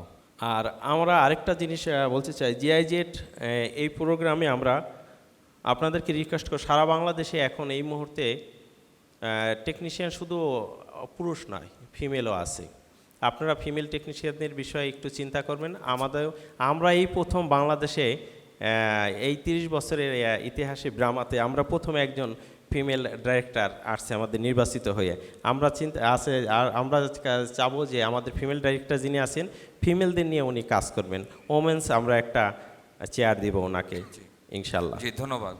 আপনার কোনো ধন্যবাদ। concern আছে? আচ্ছা, প্রথমে আপনার একটা কনসার্ন অ্যাড্রেস করতে চাই। আপনি বলেছেন যে রুট লেভেলে যে টেকনিশিয়ান, ওনাদের নিয়ে আমরা অলরেডি কাজ শুরু করেছি। আমি অলরেডি বলেছি যে আমরা ডিভিশনাল ক্যাম্পেইন করতে যাচ্ছি, অ্যাওয়ারনেস সেশন করতে যাচ্ছি এবং একই সাথে আমরা আপনার টেকনিশিয়ানদের যে ট্রেনিং ম্যাটেরিয়ালস আছে, যেটা ইংরেজিতে বা জার্মান ল্যাঙ্গুয়েজে অ্যাভেলেবল, সেটাকে আমরা বাংলায় করার উদ্যোগ অলরেডি নিয়েছি। সেটাকে আমরা আপনার সবার কাছে ছড়িয়ে দেওয়ার ব্যবস্থা নিতে যাচ্ছি। এবং উইমেনদের ব্যাপারে যেটা বললেন, এটা আমাদের প্রজেক্টের খুবই গুরুত্বপূর্ণ একটি অংশ, খুবই ইম্পর্ট্যান্ট ক্রস কাটিং সাবজেক্ট। আমরা তাদেরকে নিয়ে অলরেডি একটা ডেডিকেটেড সেশন অ্যারেঞ্জ করেছি ওনাদের মহিলা টিটিসিতে, টেকনিক্যাল ট্রেনিং সেন্টারে। শুধু তাই নয়, তাদের আমাদের একটা প্রজেক্টের একটা স্পেসিফিক ইন্ডিকেটরে আছে। এই প্রজেক্ট শেষে আমরা মেজার করব এই প্রজেক্ট থেকে ট্রেনিং নিয়ে বা প্রজেক্টের সাথে আপনার ইনভলভমেন্টের পর কতজন আপনার জব সেক্টরে ওনারা ফুটপ্রিন্ট রাখতে পেরেছেন এবং তাদের ইনকাম লেভেল কতটা বেড়েছে। শুধু তাই নয়, আমাদের আমরা জেন্ডার স্পেশালিস্ট নিয়ে ওনাদের সাথে আরও বিভিন্ন আসপেক্টে কাজ করছি এই প্রজেক্ট থেকে। এবং এই প্রজেক্ট মাত্র 2 মাস হলো আমরা প্ল্যানিং ওয়ার্কশপের পর থেকে, এবং আমার ফিউচারে আমরা এটাকে আরও বড় এক্সপান্ডেড একটা ফর্মে দেখতে যাচ্ছি। সো আমরা আপনি যেটা বলেন, আমরা এটা নিয়ে অলরেডি কাজ শুরু করছি এবং অবশ্যই আমরা আপনাদের কোলাবোরেশন এখান থেকে এক্সপেক্ট করব। Thank you so much. ধন্যবাদ। আমার last distinguished guest Shekhar sir আছেন।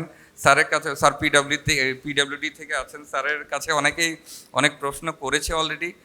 সো স্যার, প্রশ্নটা স্যার যে স্যার, আপনারা as the largest public sector procuring entity sir, আপনারা কি মনে করেন পিডব্লিউডি স্যার প্রকিউর করবে, তখন তো আসলে মানুষ আরও কনফিডেন্স পাবে, তখন দেখা যাবে যে তখন তারা আরও এটা কিনতে আগ্রহী হবে স্যার। এবং আপনার পিডব্লিউডির যে প্রকিউরমেন্ট যে স্কেজুলটা আছে, ওখানে স্যার কীভাবে R290-কে আমরা ফিউচারে স্যার দেখতে পারি, সেটাই স্যার আমাদের এক্সপেকটেশনটা। স্যার কাইন্ডলি যদি বলতেন। Thank you, Mr. Faisal. Thank you for inviting me, distinguished audience. Assalamu alaikum and good morning. আসলে খুবই সুন্দর একটা টপিক বা অত্যন্ত টাইম ওয়ার্দি একটা ইস্যু, যেটা নিয়ে জিআইজেড বেশ কিছুদিন ধরে কাজ করছে এবং আজকেও এ ধরনের একটা কনফারেন্স বা সেমিনার আয়োজন করেছেন। আমি মনে করি, আমি জাস্ট লুৎফর ভাইয়ের কথা দিয়ে একটু জাস্ট সূত্র ধরে বলি যে জিআইজেড যে পরিশ্রম এটার পিছনে করছে, বাংলাদেশে যে অবদান রাখছে, আমি মনে করি যে ছোটোখাটো কিছু প্রসিডিউরাল মিস্টেক থাকলেও জিআইজেডকে অবশ্যই স্যালুট দেওয়া দরকার। এই ধরনের একটা উদ্যোগ নিয়ে ওনারা কাজ করে যাচ্ছেন এবং আমি মনে করি যে এই যে R290 রেফ্রিজারেন্টের মাধ্যমে যে এসিগুলো আসবে সেটার ক্ষেত্রে অনেকগুলো উপকার আমরা করতে যাচ্ছি, যেটা হচ্ছে যে ডিপার্টমেন্ট অফ এনভায়রনমেন্ট এটার সাথে সংযুক্ত, প্রচুর টেকনিশিয়ান সংযুক্ত, প্রচুর ট্রেনিং অর্গানাইজেশন সংযুক্ত এবং অনেকেই এটাতে কন্ট্রিবিউট করছেন। তো আরও অনেক উন্নয়ন সংস্থা আছে, কিন্তু তার মধ্যে আমি মনে করি জিআইজেড যেভাবে এগিয়ে এসেছে এটা অবশ্যই ধন্যবাদ প্রাপ্য। এবং যেই পরামর্শগুলো আজকে আসছে ইম্পর্টেন্ট, যারা ম্যানুফ্যাকচারার একদম পোর খাওয়া অবস্থা থেকে তারা যে অভিজ্ঞতাগুলোর কথা বলছেন এবং ব্রামা থেকে বলছেন, নিশ্চয়ই তাদের পরামর্শগুলো অনেক বেশি গুরুত্বপূর্ণ। সেই অনুযায়ী নিয়ে নিশ্চয়ই জিআইজেড আগামী দিনের প্রক্রিয়াগুলোতে আরও বেশি ডেভেলপমেন্ট যেটা করা দরকার সেটা করবে। আমি যেটা বলতে চাই, এর আগেও আমি গ্রেসের ট্রেনিংয়ে অ্যাটেন্ড করার সুযোগ পেয়েছি আপনাদের মাধ্যমে। তো আমি খুবই আগ্রহী থাকি এ ধরনের প্রোগ্রামগুলোতে অ্যাটেন্ড করার। প্লাস আমি নিজেও আসলে পাবলিক ওয়ার্কস ডিপার্টমেন্টে যে কাজ করি সেখানে আমি চাই যে আমাদের সাস্টেনেবল বিল্ডিংয়ের জন্য আমি কন্ট্রিবিউট করি, এনার্জি এফিশিয়েন্ট বিল্ডিংয়ে কন্ট্রিবিউট করি, আমি চেষ্টা করি বা কিছুটা স্টাডি করি। তো আমি যেটা বলতে চাই সেটা হচ্ছে পিডাব্লিউডি একটা সংস্থা যেখানে অধিকাংশ সরকারি বিল্ডিং, রেসিডেন্সিয়াল হোক, সেটা অফিস বিল্ডিং হোক, হসপিটাল, কারাগার, বিভিন্ন ধরনের বিল্ডিং আমরা করি। কাজেই পিডাব্লিউডি অবশ্যই একটা গুরুত্বপূর্ণ প্রতিষ্ঠান যেটি আসলে এই ক্ষেত্রে অবদান রাখতে পারে এবং রাখা উচিত। এটা পিডাব্লিউডি নিজের তাগিদেই করা উচিত। তো পিডাব্লিউডিতে আমরা আসলে সরকারি সেক্টর কোনো একটা কাজে আগানোর জন্য যেটা চিন্তা করি যে আমরা যে কোনো সময় কোনো একটা প্রকিউরমেন্টের ক্ষেত্রে আমাদের কিন্তু ইন জেনারেল চিন্তা করতে হয় যে ওয়াইডার কম্পিটিশন আছে কি না, কোনো মনোপলি হয়ে যাচ্ছে কি না, এইরকম কোনো বিষয়ে কিন্তু আমরা আসলে সরাসরি কোনো প্রকিউরমেন্টে যেতে পারি না। এটা আমাদের যেহেতু রুলসটা মানতে হয়। কাজেই আমরা যেমন R290 এসি ম্যানুফ্যাকচারার বেশ কয়েকটা প্রতিষ্ঠান আছেন এখানে, তারা করছেন এবং অলরেডি কিন্তু R290 এসি আপনাদের জিআইজেডের মাধ্যমে আমাদের পিডাব্লিউডি হেডকোয়ার্টারে বেশ কয়েকটা এসি পাইলট বেসিস লাগানো আছে ফর অবজারভেশন, যে এটার পারফরমেন্স কেমন হয় বা এটা থেকে কোনো অ্যাক্সিডেন্টাল ইস্যু আসে কি না। তো যে সেফটি ইস্যুগুলো আছে আসলে তো আমরা সরকারি সেক্টরই বলি, বেসরকারি সেক্টর বলি, সাধারণ ফাইনালি হচ্ছে জনগণ এটার ইউজার। তো জনগণের ইউজার যারা থাকবেন তাদের আসলে সেফটি ইস্যুটা সবার আগে মাথায় আসে, যে সেফটির বিষয়টা ঠিকঠাক আছে কিনা। যেহেতু এই রেফ্রিজারেন্টটা একটা ফ্লেমেবল, এই সেফটির বিষয়টা আসলে সবাইকে অ্যাওয়ারনেস দেওয়া দরকার। যেমন লুৎফর ভাই বললেন ওনার অভিজ্ঞতা থেকে যে আসলে যতটা বলা হয় অতটা না। এই যে এই কথাটা উনি বললেন, এই কথাটা অনেকের মুখ থেকে যদি শোনা যায় যে যতটা বিপজ্জনক বলা হয় অতটা বিপজ্জনক না, মানুষ তাহলে এগিয়ে আসবে। আর একটা বিষয় যেটা বলা হলো যে প্রাইসটা একটু বেশি হচ্ছে, এই যে প্রাইস বেশির বেশ কিছু কারণ নূর ভাইও ব্যাখ্যা করেছেন, কাস্টমসের একটা ইস্যু বলেছেন, আমাদের ওয়ালটন প্রতিনিধিও বলেছেন। তো এই প্রবলেমগুলো দূর করার জন্য যেটা শুরুতে আমরা করতে পারি সেটা হচ্ছে কিছুটা ইনসেন্টিভের ব্যবস্থা করা, বা এনবিআর এর তরফ থেকে এটাকে কিভাবে ছাড় দেওয়া যায়। কারণ এটার একটা গ্রেটার ইন্টারেস্ট আছে। গ্রেটার ইন্টারেস্ট হচ্ছে আমরা এনার্জি সেভ করব, পাশাপাশি আমি যে ওজোন ডিপ্লেশনের জায়গাটাতে আমি কাজ করে দিয়ে আমি এনভায়রনমেন্ট সেভ করছি। দুইটা ইস্যু। এটা হচ্ছে আমার একটা সময়ের জন্য অপশন থাকবে না, একটা সময় হইতে হবে mandatory. Now it could B A option, it could be an option, but after some days it should be mandatory actually, যে আমাকে এনার্জি সেভ করতেই হবে এবং নিরাপদ রেফ্রিজারেন্ট ব্যবহার করে এসি ব্যবহার করতে হবে। তো অনেক টেকনিশিয়ান ইতোমধ্যে ট্রেনিং পেয়েছে আপনাদের প্রতিষ্ঠানের মাধ্যমে। তো এই জিনিসগুলো আসলে জানানো দরকার যে কারা কারা ট্রেইনড, এবং আমরা যে জায়গাগুলোতে দেখছি যে অলরেডি এসি ইনস্টল করা আছে সেই জায়গাগুলোর কেমন একটা সুষ্ঠু ব্যবস্থা কী আছে। তা আমরা মনে করি যে পাইলট বেসিস রেজাল্ট আসলেই এটা নিয়ে আমরা আলোচনা করতে পারি। এবং আমার যেটা প্রস্তাবনা আজকে সেটা হচ্ছে যে আমাদের একটু টপ লেভেলে, মিনিস্ট্রি লেভেলে ইনক্লুড করে, যেখানে আমাদের পূর্ত মন্ত্রণালয়, পূর্ত অধিদপ্তর, HBRI, SREDA, department of environment এবং যারা ইম্পর্টেন্ট স্টেক হোল্ডার হিসেবে ম্যানুফ্যাকচারার যারা আছেন এবং এই লাইনে যারা প্রফেশনাল এক্সপার্ট বেসরকারি সেক্টরে, অবশ্যই তাদেরকে ইনক্লুড করে একটা গোল টেবিল বৈঠক হতে পারে, যেখান থেকে একটা পলিসি ফর্মুলেশন যে আমরা আসলে কতটুকু এই ব্যাপারে আগাবো। আর একটা জিনিস একটু যোগ করি যে আমাদের কিন্তু বিএনবিসিতে গ্রিন বিল্ডিংয়ের উপর কাজ করার কথা বলা আছে, সাস্টেনেবল বিল্ডিং, যেটা কিছুদিন পরে হয়তো আর একটা অ্যামেন্ডমেন্ট আসবে, সেখানে আরও বেশি ইম্পর্টেন্স দেওয়া হবে।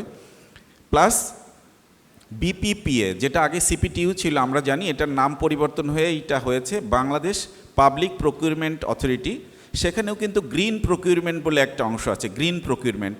তো আসলে এখানে একটা ম্যান্ডেটরি করা হচ্ছে কিছুদিনের মধ্যেই যে প্রতি বছর প্রতিটা সংস্থা কমপক্ষে সার্টেন পার্সেন্টেজ একটা গ্রিন প্রকিউরমেন্ট থাকতে হবে।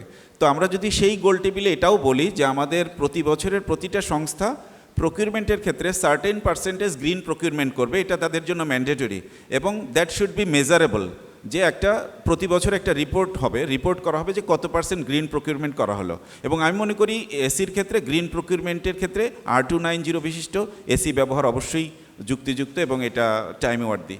সো এইভাবে এটা একটা প্রসিডিউরে আগানো যেতে পারে। এবং আমি আজকের সেমিনারের পরে আসলে আমি আমার ঊর্ধ্বতন কর্তৃপক্ষকেও বলবো যে আজকে এই বিষয়টা নিয়ে গুরুত্ব দেওয়া দরকার এবং সেভাবে হয়তো আগানো যাবে। থ্যাংক ইউ স্যার, অসংখ্য ধন্যবাদ স্যার। আপনি বেশ কিছু স্যার ইস্যু অ্যাড্রেস করেছেন অলরেডি স্যার। প্রথমত স্যার হচ্ছে বাংলাদেশ যেটা হচ্ছে স্যার পাবলিক প্রকিউরমেন্টের কথা স্যার বলেছেন, ওটা নিয়ে স্যার হচ্ছে আমরা তাহলে ফার্দার স্যার এক্সপ্লোর করবো স্যার, ওখানে আমরা কি করতে পারি। বিশেষ করে স্যার বিএনবিসির যেহেতু স্যার গ্রিন বিল্ডিংয়ের কথা বললেন স্যার, আমরা হচ্ছে দেখেছি সেটা ওখানে আসলে R290-কে এখনও আমরা স্পেসিফিকলি অ্যাড্রেস করিনি। সো নেক্সট অ্যামেন্ডমেন্টের জন্য সেটাকে অ্যাড্রেস করা হয়। পাশাপাশি আসলে কথাটা পরোক্ষভাবে উঠে এসেছে মিনিমাম এনার্জি পারফরমেন্স স্ট্যান্ডার্ড। তো ওখানেও যেন হচ্ছে নেক্সট আপডেটের জন্য আমরা R290-কে ইনক্লুড করতে পারি, সেটা নিয়েও আমরা ফিউচারে হোপফুলি স্যার কাজ করবো sir. Thank you so much sir for your. Just আরেকটা বিষয় একটু ইনক্লুড করার আছে, সেটা হচ্ছে যে আপনারা যেমনটা পাইলট বেসিস বেশ কিছু এসি দিয়েছেন অনেকগুলো বিল্ডিংয়ে, একটা কাজ করা যেতে পারে, যেমন গভর্নমেন্ট বিল্ডিংয়ে ডেমনস্ট্রেশনের একটা ইস্যু আছে যে কোথাও একটা চালু হচ্ছে, যেমন সেক্রেটারিয়েট বিল্ডিংয়ে দেখবেন আগের ডিজাইন ছিল বিধায় কিন্তু আমরা অনেক বেশি স্প্লিট টাইপ এসি ব্যবহার করতাম, কিন্তু এখন যে বিল্ডিংগুলো হচ্ছে রেসিডেন্সিয়াল বিল্ডিং ছাড়া অধিকাংশ বিল্ডিংয়েই খুব ছোট স্কেল হলে একমাত্র আমরা স্প্লিট টাইপ এসি দিই, আদারওয়াইজ ভিআরএফ টাইপ এসি অথবা সেন্ট্রাল এসিতে চলে যায়, আমাদের ডিজাইন পার্সপেক্টিভে এটাই আসে। তো যেটা করা যেতে পারে রেট্রোফিটের অংশ হিসেবে একটা রেট্রোফিট করা যেতে পারে, যে সচিবালয়ের বেশ কিছু এক্সিস্টিং এসি সেটাকে আমরা R290-তে মানে কনভার্ট করে রেট্রোফিট ফর পাইলট বেসিস, সেটাও একটা করা যেতে পারে। Thank you sir. ওটাও স্যার আমাদের প্ল্যান আছে স্যার, রেট্রোফিটিং স্যার যেটা বললেন, তারপর এন্ড অফ লাইফ ম্যানেজমেন্টেরও একটা ব্যাপার আছে, যেহেতু স্যার বললেন রেট্রোফিট বললেই আসলে এন্ড অফ লাইফ ম্যানেজমেন্টের কথাটাও চলে আসে। সো ওটা নিয়েও আমাদের গ্রেস প্রজেক্টে আমরা কাজ করবো স্যার, এটা নিয়ে আমরা অবশ্যই স্যার হোপফুলি স্যার একটা গোল টেবিল করারও আমরা চেষ্টা করবো। Thank you so much sir.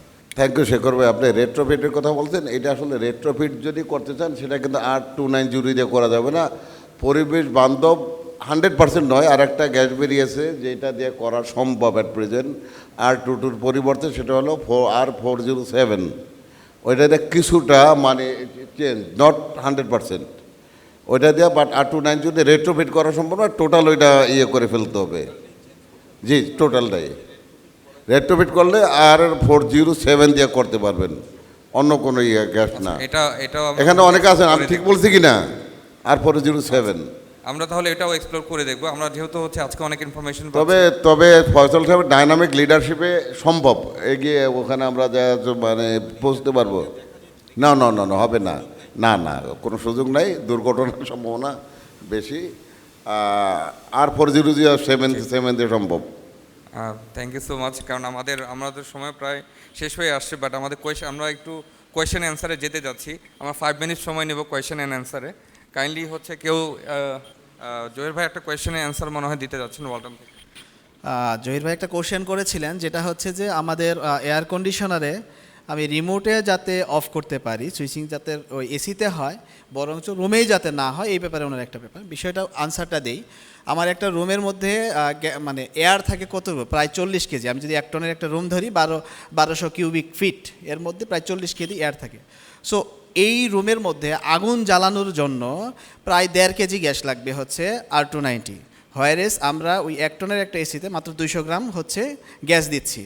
So এই রুমের মধ্যে যত স্পার্ক হোক, ইভেন আমি যদি আগুনও জ্বালাই, সেইখানে ওই গ্যাসের কারণে আগুন ধরবে না, এবং আগুন তখনই ধরবে যদি এরকম থাকে যে okay 10 feet room, 4 feet 5 feet, 4 feet by 5 feet একটা ছোটো রুম, 10 ফিট হাইট, এর মধ্যে যদি আমি 200-250 গ্রাম গ্যাস দেই, তারপরে যদি আগুন দেই তাহলে ধরবে। এখন কেন হচ্ছে আমি সুইচিংটা বন্ধ করতেছি এসিতে, কারণ এসির যেই জায়গাটাতে লিকেজ হয়, তো সেইটা যদি পিসিবির এই কাছাকাছি থাকে, এসিটা ক্লোজ থাকে তখন, তো গ্যাসটা বের হয়ে আসে। তো সেই জায়গায় যে এয়ার থাকে এবং যতটুকু গ্যাস আসে কিছু সময়ের জন্য সেইখানে আমার 2.2% উপরে গ্যাস হয়ে যেতে পারে। ঠিক একই সময়ে যদি আমার হচ্ছে স্পার্কটা হয় তাহলে ওইখানে কিন্তু একটা ইগনিশন হয়ে যাবে। দ্যাটস ওয়াই ওইটাকে আমরা রেস্ট্রিক্ট করতেছি। আমরা এইখানে রুমের ডিরেক্ট হচ্ছে সার্কিট ব্রেকারটাকে অফ করার জন্য এনকারেজ করতেছি। Thank you. Thank you so much. Taif, if you could help with the questions. আরেকটা প্রশ্ন ছিল, একটু যদি কাইন্ডলি আরিফের কাছে আরেকটা প্রশ্ন ছিল যে আপনারা এটা তো মার্কেটিং করেছেন 290 অলরেডি মার্কেটে ছেড়ে দিয়েছেন, কিন্তু আপনারা অলমোস্ট আমি যদি ভুল না করি প্রায় সারা বাংলাদেশে আপনাদের 1300 থার্ড পার্টি আছে, আপনারা কতজনকে এর উপরে ট্রেনিং করিয়েছেন? আমি একটু উত্তর দিতে পারি। আমি ওনাদের টোটাল সরাসরি বলতে পারবো না, বাট শুধু যদি জিআইজেড থেকে বলি, জিআইজেড থেকে হচ্ছে শুধু আমাদের নতুন প্রজেক্টে আমাদের প্ল্যান আছে ওনাদের সবার সাথে হচ্ছে জয়েন্টলি হচ্ছে আপনার ক্যাম্পেইন প্রমোট করার, যেখানে হচ্ছে টেকনিশিয়ানরা ট্রেন্ড হবে। হ্যাঁ, আমরা ডে লং সেশন, আমাদের এটা ম্যান্ডেটই আছে ফ্রম মিনিস্ট্রি অফ এনভায়রনমেন্ট আর ডিওই অ্যাজ ওয়েল, যে আমরা হচ্ছে ওনাদের সাথে জয়েন্টলি হচ্ছে আপনার campaign, training, day long session এগুলি আমরা অ্যারেঞ্জ করব ফিউচারে। সো এবং প্রত্যেকটি এবং আমাদেরকে হচ্ছে আপনার এগ্রিমেন্টে বলা আছে প্রত্যেকটি সেশনে মিনিমাম 50 জন হচ্ছে আমরা এনশিওর করব যেন টেকনিশিয়ানরা হচ্ছে থাকেন, ওনারা ওনাদের এক্সপিরিয়েন্স শেয়ার করেন, ওনাদের হচ্ছে কী কী ডেফিসিট আছে। প্লাস হচ্ছে নট অনলি দ্যাট, কারণ আমাদের দেশে যেটা হচ্ছে ভাইয়াও বলছিলেন যে 600,000 বা ইভেন মোর আমরা কীভাবে রিচ আউট করতে পারি, সেটার জন্য কিন্তু আমরা হচ্ছে ম্যাটেরিয়ালগুলিকে ডিস্ট্রিবিউট করারও চেষ্টা করছি। হ্যাঁ, বাংলাতে করে নিচ্ছি এবং ওনাদের জন্য যেটা হচ্ছে কনভিনিয়েন্ট হবে বা অ্যাক্সেসিবল হবে সেভাবেই হচ্ছে আমরা ম্যাটেরিয়ালসগুলি ওনাদের কাছে পৌঁছে দিব, এবং এটার ক্ষেত্রে ওনারাই আমাদেরকে বিগেস্ট সাপোর্টটা দিচ্ছেন, কারণ ওনাদের সাপোর্ট ছাড়া তো আসলে আমরাও কোনোভাবেই প্রসিড করতে পারবো না। বাট অবশ্যই ওনার হয়তো একটা স্পেসিফিক অ্যান্সার থাকতে পারে, বাট এটা হচ্ছে আমি জিয়াদের থেকে বললাম যেটা ওনারা আমরা গ্রেটফুল ফর ওনাদের কাছ থেকে আসলে পাচ্ছি। যখনই আমরা ওনাদেরকে অ্যাপ্রোচ করছি ওনারা আমাদেরকে এই রিগার্ডে হেল্প করছেন without any delay all the time. ধন্যবাদ। আমি প্রশ্নটা মনে হয় বুঝতে পারেননি। আমি বলেছি আপনারা জিআইজেড থেকে যে ট্রেনিং করাচ্ছেন সেটা ওনাদের কোম্পানি বেস স্টাফ, বাট ওনাদের থার্ড পার্টি দিয়ে আছে রুট লেভেলে মাঠে ডিস্ট্রিক্ট ওয়াইজ, সেখানে তো তাদের কোম্পানির নিজস্ব ওন টেকনিশিয়ান না, সেটা হলো বাহিরের, তাদের সাথে একটা চুক্তিবদ্ধ আছে। এইটা যখন তারা মার্কেটে ছেড়ে দিলেন এসিটা, কিন্তু চুক্তিবদ্ধ টেকনিশিয়ানদের তো ওনাদের আগে ট্রেনিং করানো উচিত ছিল, সেটা বলেছি। এক্স্যাক্টলি, আমরা হচ্ছে জিআইজেড যেই ট্রেনিংটা দিচ্ছে বা ইউএনডিবি যেটা দিচ্ছে, আমরা কিন্তু আমাদের টেকনিশিয়ান না, আমরা কিন্তু ভ্যান্ডরদের সহ কিন্তু ট্রেনিংটা নিচ্ছি। আমরা সাপোজ যদি বলি চিটাগাং জোনে যখন করতেছি, সেই জায়গায় যত ভ্যান্ডরস আছে তাদেরকে নিয়েই কিন্তু প্রোগ্রামটা করতেছি। হ্যাঁ, এরকম হতে পারে যেটা হচ্ছে একটা ভ্যান্ডর হাউসে 5-7 জন কাজ করতেছে, সেইখান থেকে হয়তো বা তাদের সিলেক্টেড 2 জন তারা পাঠাচ্ছে, তারা তাদেরকে ট্রেনিং দিবে। বা আমি যখন বরিশালে করতেছি সিমিলারলি করতেছি ultimately. So training for trainers যেটা, সেইটার ক্ষেত্রে যেটা হচ্ছে আমাদের জোনাল যে এমপ্লয়িগুলো আছে তারা হচ্ছে, বাট তারা যে ট্রেনিংটা দিচ্ছেন এবং সার্টিফিকেশনও দিচ্ছেন, তো সেটা কিন্তু আমাদের ভেন্ডর দিকেই দেওয়া হচ্ছে, এবং জিআইজেডও সেটা আসলে আমাদের এমপ্লয়ি বলতে সেরকম কিছু না, সবাইকেই কিন্তু দিচ্ছে সেটা। Thank you. আমরা তাহলে একটু কোয়েশ্চেনে মুভ করি। তাই may I ask a question please? আমার নাম হচ্ছে আবু সুফিয়ান ইথেন, আমি জিআইজেডই কর্মরত আছি অ্যাডভাইজার হিসেবে। প্রশ্নটা মূলত হচ্ছে এনার্জি এফিসিয়েন্সি যে টপিকটা, এখানে যদিও গ্রিন কুলিংটা ফোকাসড, হাউএভার আমাদের একজন পার্টনার হচ্ছেন শ্রেডা।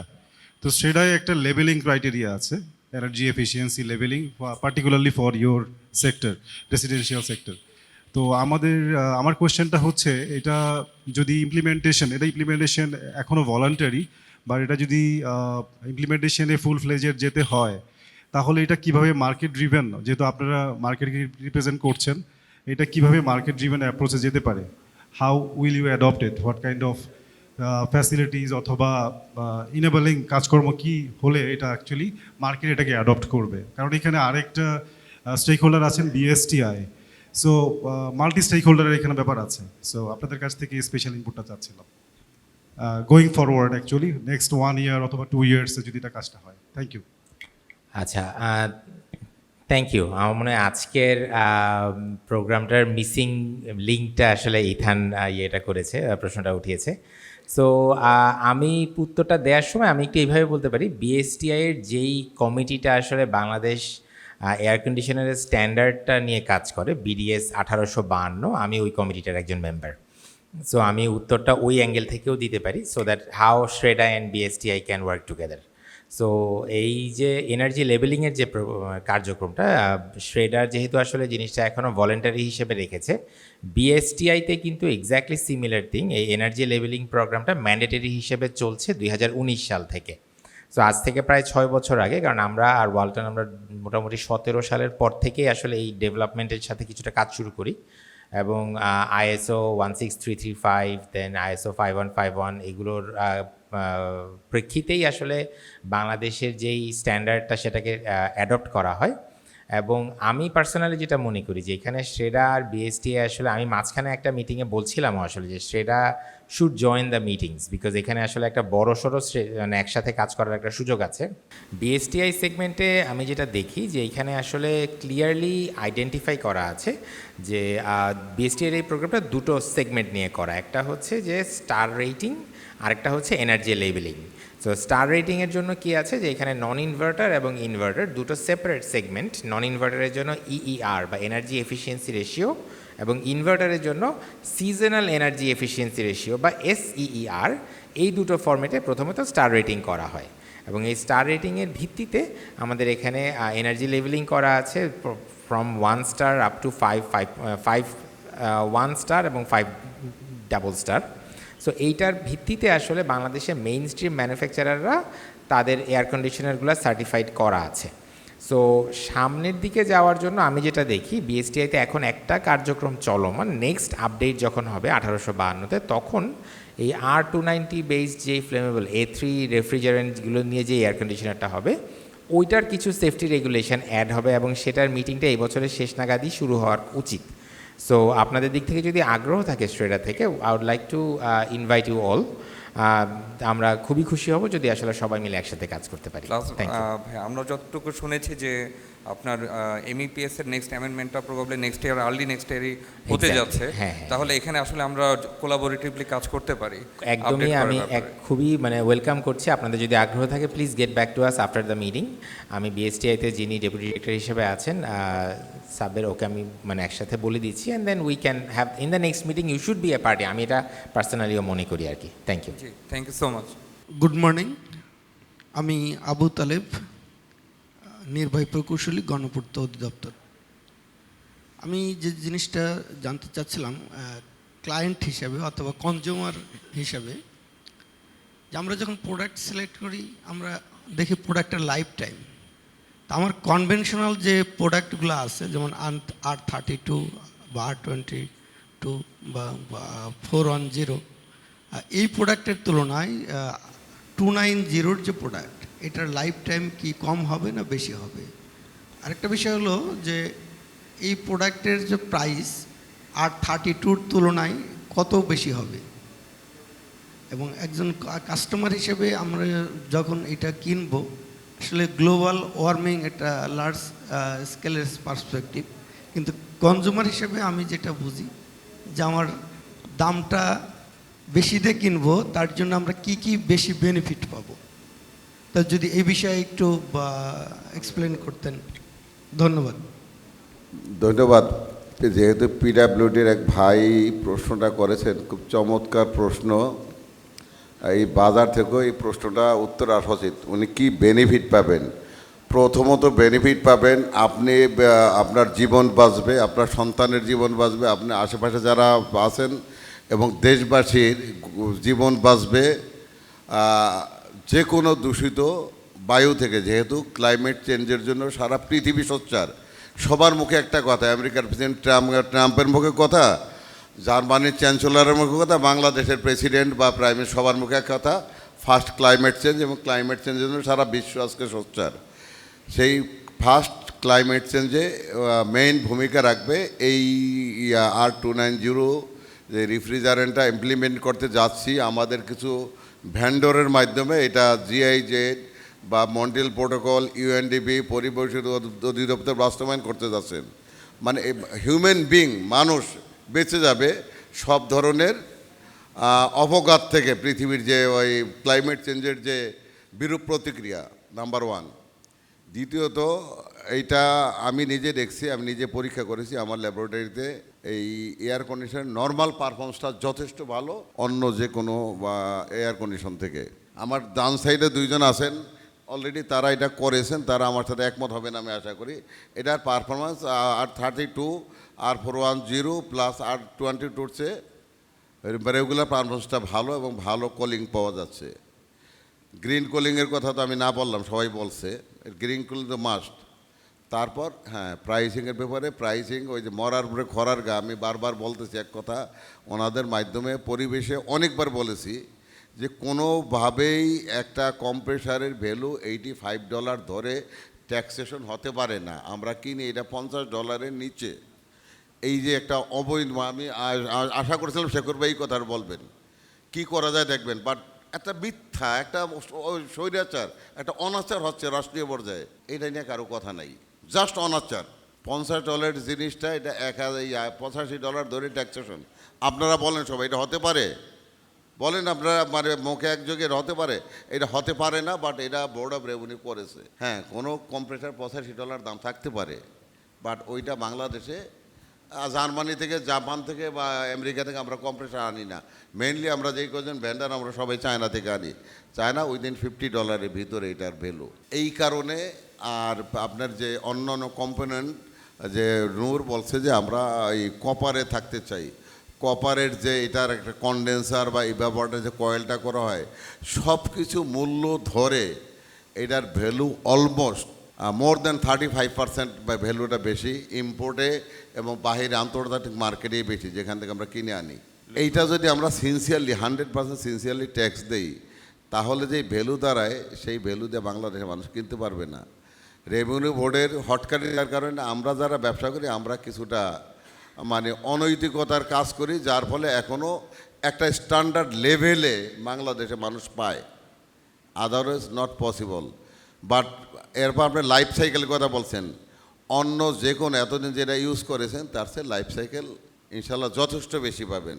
তার কারণে এটা ম্যানুফ্যাকচার করার সময় এটার কপার অকারণে হেভি দেওয়া হয়, এটা মানে যৌক্তিকতা নয়। যেহেতু এর গ্যাসের প্রেশারটা কত পার্সেন্ট কম? নূর কম না? অনেক কম না? কত পার্সেন্ট কম? HFC যে সমস্ত রেফ্রিজারেন্ট আছে এগুলোর চেয়ে অনেক কম। অনেক কম বলতে এটা রানিং প্রেশার থাকে 45 to 50 PSI। এবং মেইনলি আপনি যে কথাটা জানতে চেয়েছিলেন সেটা হচ্ছে এটা হাই ইলেকট্রিসিটি এনার্জি সেভিং, যার জন্য কাস্টমার হিসেবে প্রথমে বেনিফিট পাবে, তার লো ইলেকট্রিসিটি কনজাম্পশন হবে। না, এটা কত পার্সেন্ট কম এটা বলো তুমি, প্রেশারটা? প্রেশার কত মানে লিকেজ হবে না যেটার কারণে? ও আচ্ছা আচ্ছা, না লিকেজ রেট অনেক কম। অনেক বলতে কি আপনার যেহেতু এটা মানে সম্ভাবনাই নাই, মেইন কথা হচ্ছে এইটা। 20 to 30% লিকেজের প্রবাবিলিটি থাকবে এবং লংজিভিটি অনেক হাই। এবং thank you. মেশিনটা quieter, low electricity consumption, electric bill save হবে, ইনিশিয়ালি কার্বন ইমিশনও সেভ হবে। Thank you very much Babul. তাহলে আপনি দেখেন সে এক্সপার্ট, আমি আপনাকে এটা হেল্প করি, যেটা এক্সপার্ট সে বলেছে। তাহলে আপনার এইটা যেহেতু প্রেশার কম, আমরা লিক হবে না, লংজিভিটি অনেক বেশি থাকবে। ধরেন যদি রেগুলারটা এখন যেটা করেন যদি এটা 10 বছর হয়, ওইটা 15 বছর হবে। এরপর যেটা বলছে এটা শুরু থেকে by bond energy savings at least more than 50% energy save হবে। এরপর ভাই আপনি লক্ষ্য করতেছেন না, এরপর গ্রিন কুলিং আছে, মানে সব দিক দিয়ে এটা বেনিফিটেড। বাট যেই হার্মফুল বলছে এটা সেই ধরনের হার্মফুল নয়। Thank you very much. আমি জাস্ট একটা জিনিস অ্যাড করতে চাই, নূর ভাইও আছেন, লুৎফর ভাই আছেন, correct me if I am রং। সেটা হচ্ছে যে আপফ্রন্ট কস্ট যদিও কিছুটা বেশি, কিন্তু এখানে যেহেতু এনার্জি এফিসিয়েন্সি অনেক বেশি এবং হচ্ছে গ্রিন, আমাদের এখানে দুটো সেভিং কিন্তু আমরা আমাদের এমনিতেই হচ্ছে। প্রথমত হচ্ছে আপনার এনার্জি এফিসিয়েন্সি বেশি থাকার কারণে আমাদের গ্রিড এমিশন যে ফ্যাক্টরটা এখন 0.78 KG carbon dioxide per unit. So প্রতি ইউনিটে কিন্তু আমার লেস কার্বন এমিশন হচ্ছে, সেটাকে কিন্তু আমরা কার্বন ক্রেডিটে কনভার্ট করতে পারছি। আর একটা জিনিস হলো লুৎফর ভাই, যেটা আমার কলিগ বললো সেটা হচ্ছে অনেকেরই কথা ও একটা বলে দিয়েছে, সেটা হলো যে মোটা দাগে আমি কি বলতে পারি যে চিরাচরিত স্প্লিট টাইপ এসিটা যদি 20 বছর চলে, R290 25 বছর চলবে। মানে এই ধরনের একটা মোটা দাগের কথা দরকার প্রচারণার জন্য। আর একটা হচ্ছে যে এইটার দাম যদি 1 লাখ টাকা হয়, ওটার দাম 1,25,000। তো এইখানে যেটা আপনি এনবিআরের বিষয় বললেন, এনবিআরের বিষয়টা হয়তো আমি বলতে ভুলে গেছি, ওদেরকে নিয়েই করা দরকার। আমরা পিডাব্লিউডির থেকেও এনবিআরের অনেক কিছুর ব্যাপারে আমাদের আসলে ক্ষোভ রয়ে গেছে, যেটা হয়তো আমরা আসলে সামনে কথা বলতে চাই। আর একটা জিনিস হলো, আপনি একটু গাইডলাইন দিতে পারেন নূর ভাই বা আপনারা, সেটা হলো যে কমানোর জন্য এই যে বেশি যেটুকু আছে সেটা কমানোর জন্য কি কি রাস্তা আছে, সেটা হয়তো আমরা পলিসি মেকার যারা তাদের কাছে সামনে উত্থাপন করতে পারি। ওয়ালটন এতদিন আমাদের মানে অনেকটা ইনডাইরেক্ট প্রতিদ্বন্দ্বী হিসাবে কাজ করতো, তো এখানে বোধহয় ওয়ালটন মানে আমাদের এক পক্ষ হয়ে কাজ করবো, যার ফলে সম্ভব। ওয়ালটন যদি একই টিমে আমাদের সাথে আসে, যেভাবে একসাথে বসছে এরা, সত্যিকারও যদি এটা করে তাহলে এটা সম্ভব, আদারওয়াইজ জি, যদি আমরাও বি টিম চাচ্ছি যে- থাকে জি জি নট পসিবল। আমরা চাচ্ছি আমাদের ডিসকাশনটা এই 1.5 ঘন্টার সেমিনারে না আটকা থাকুক। আমরা আসলে কিছু করতে যাচ্ছি, আমরা হোপফুলি সেটের সাথেও বসতে যাচ্ছি এমএপিএস নিয়ে। স্যার যেটা বলেন এনবিআরকে নিয়ে আমরা বসবো।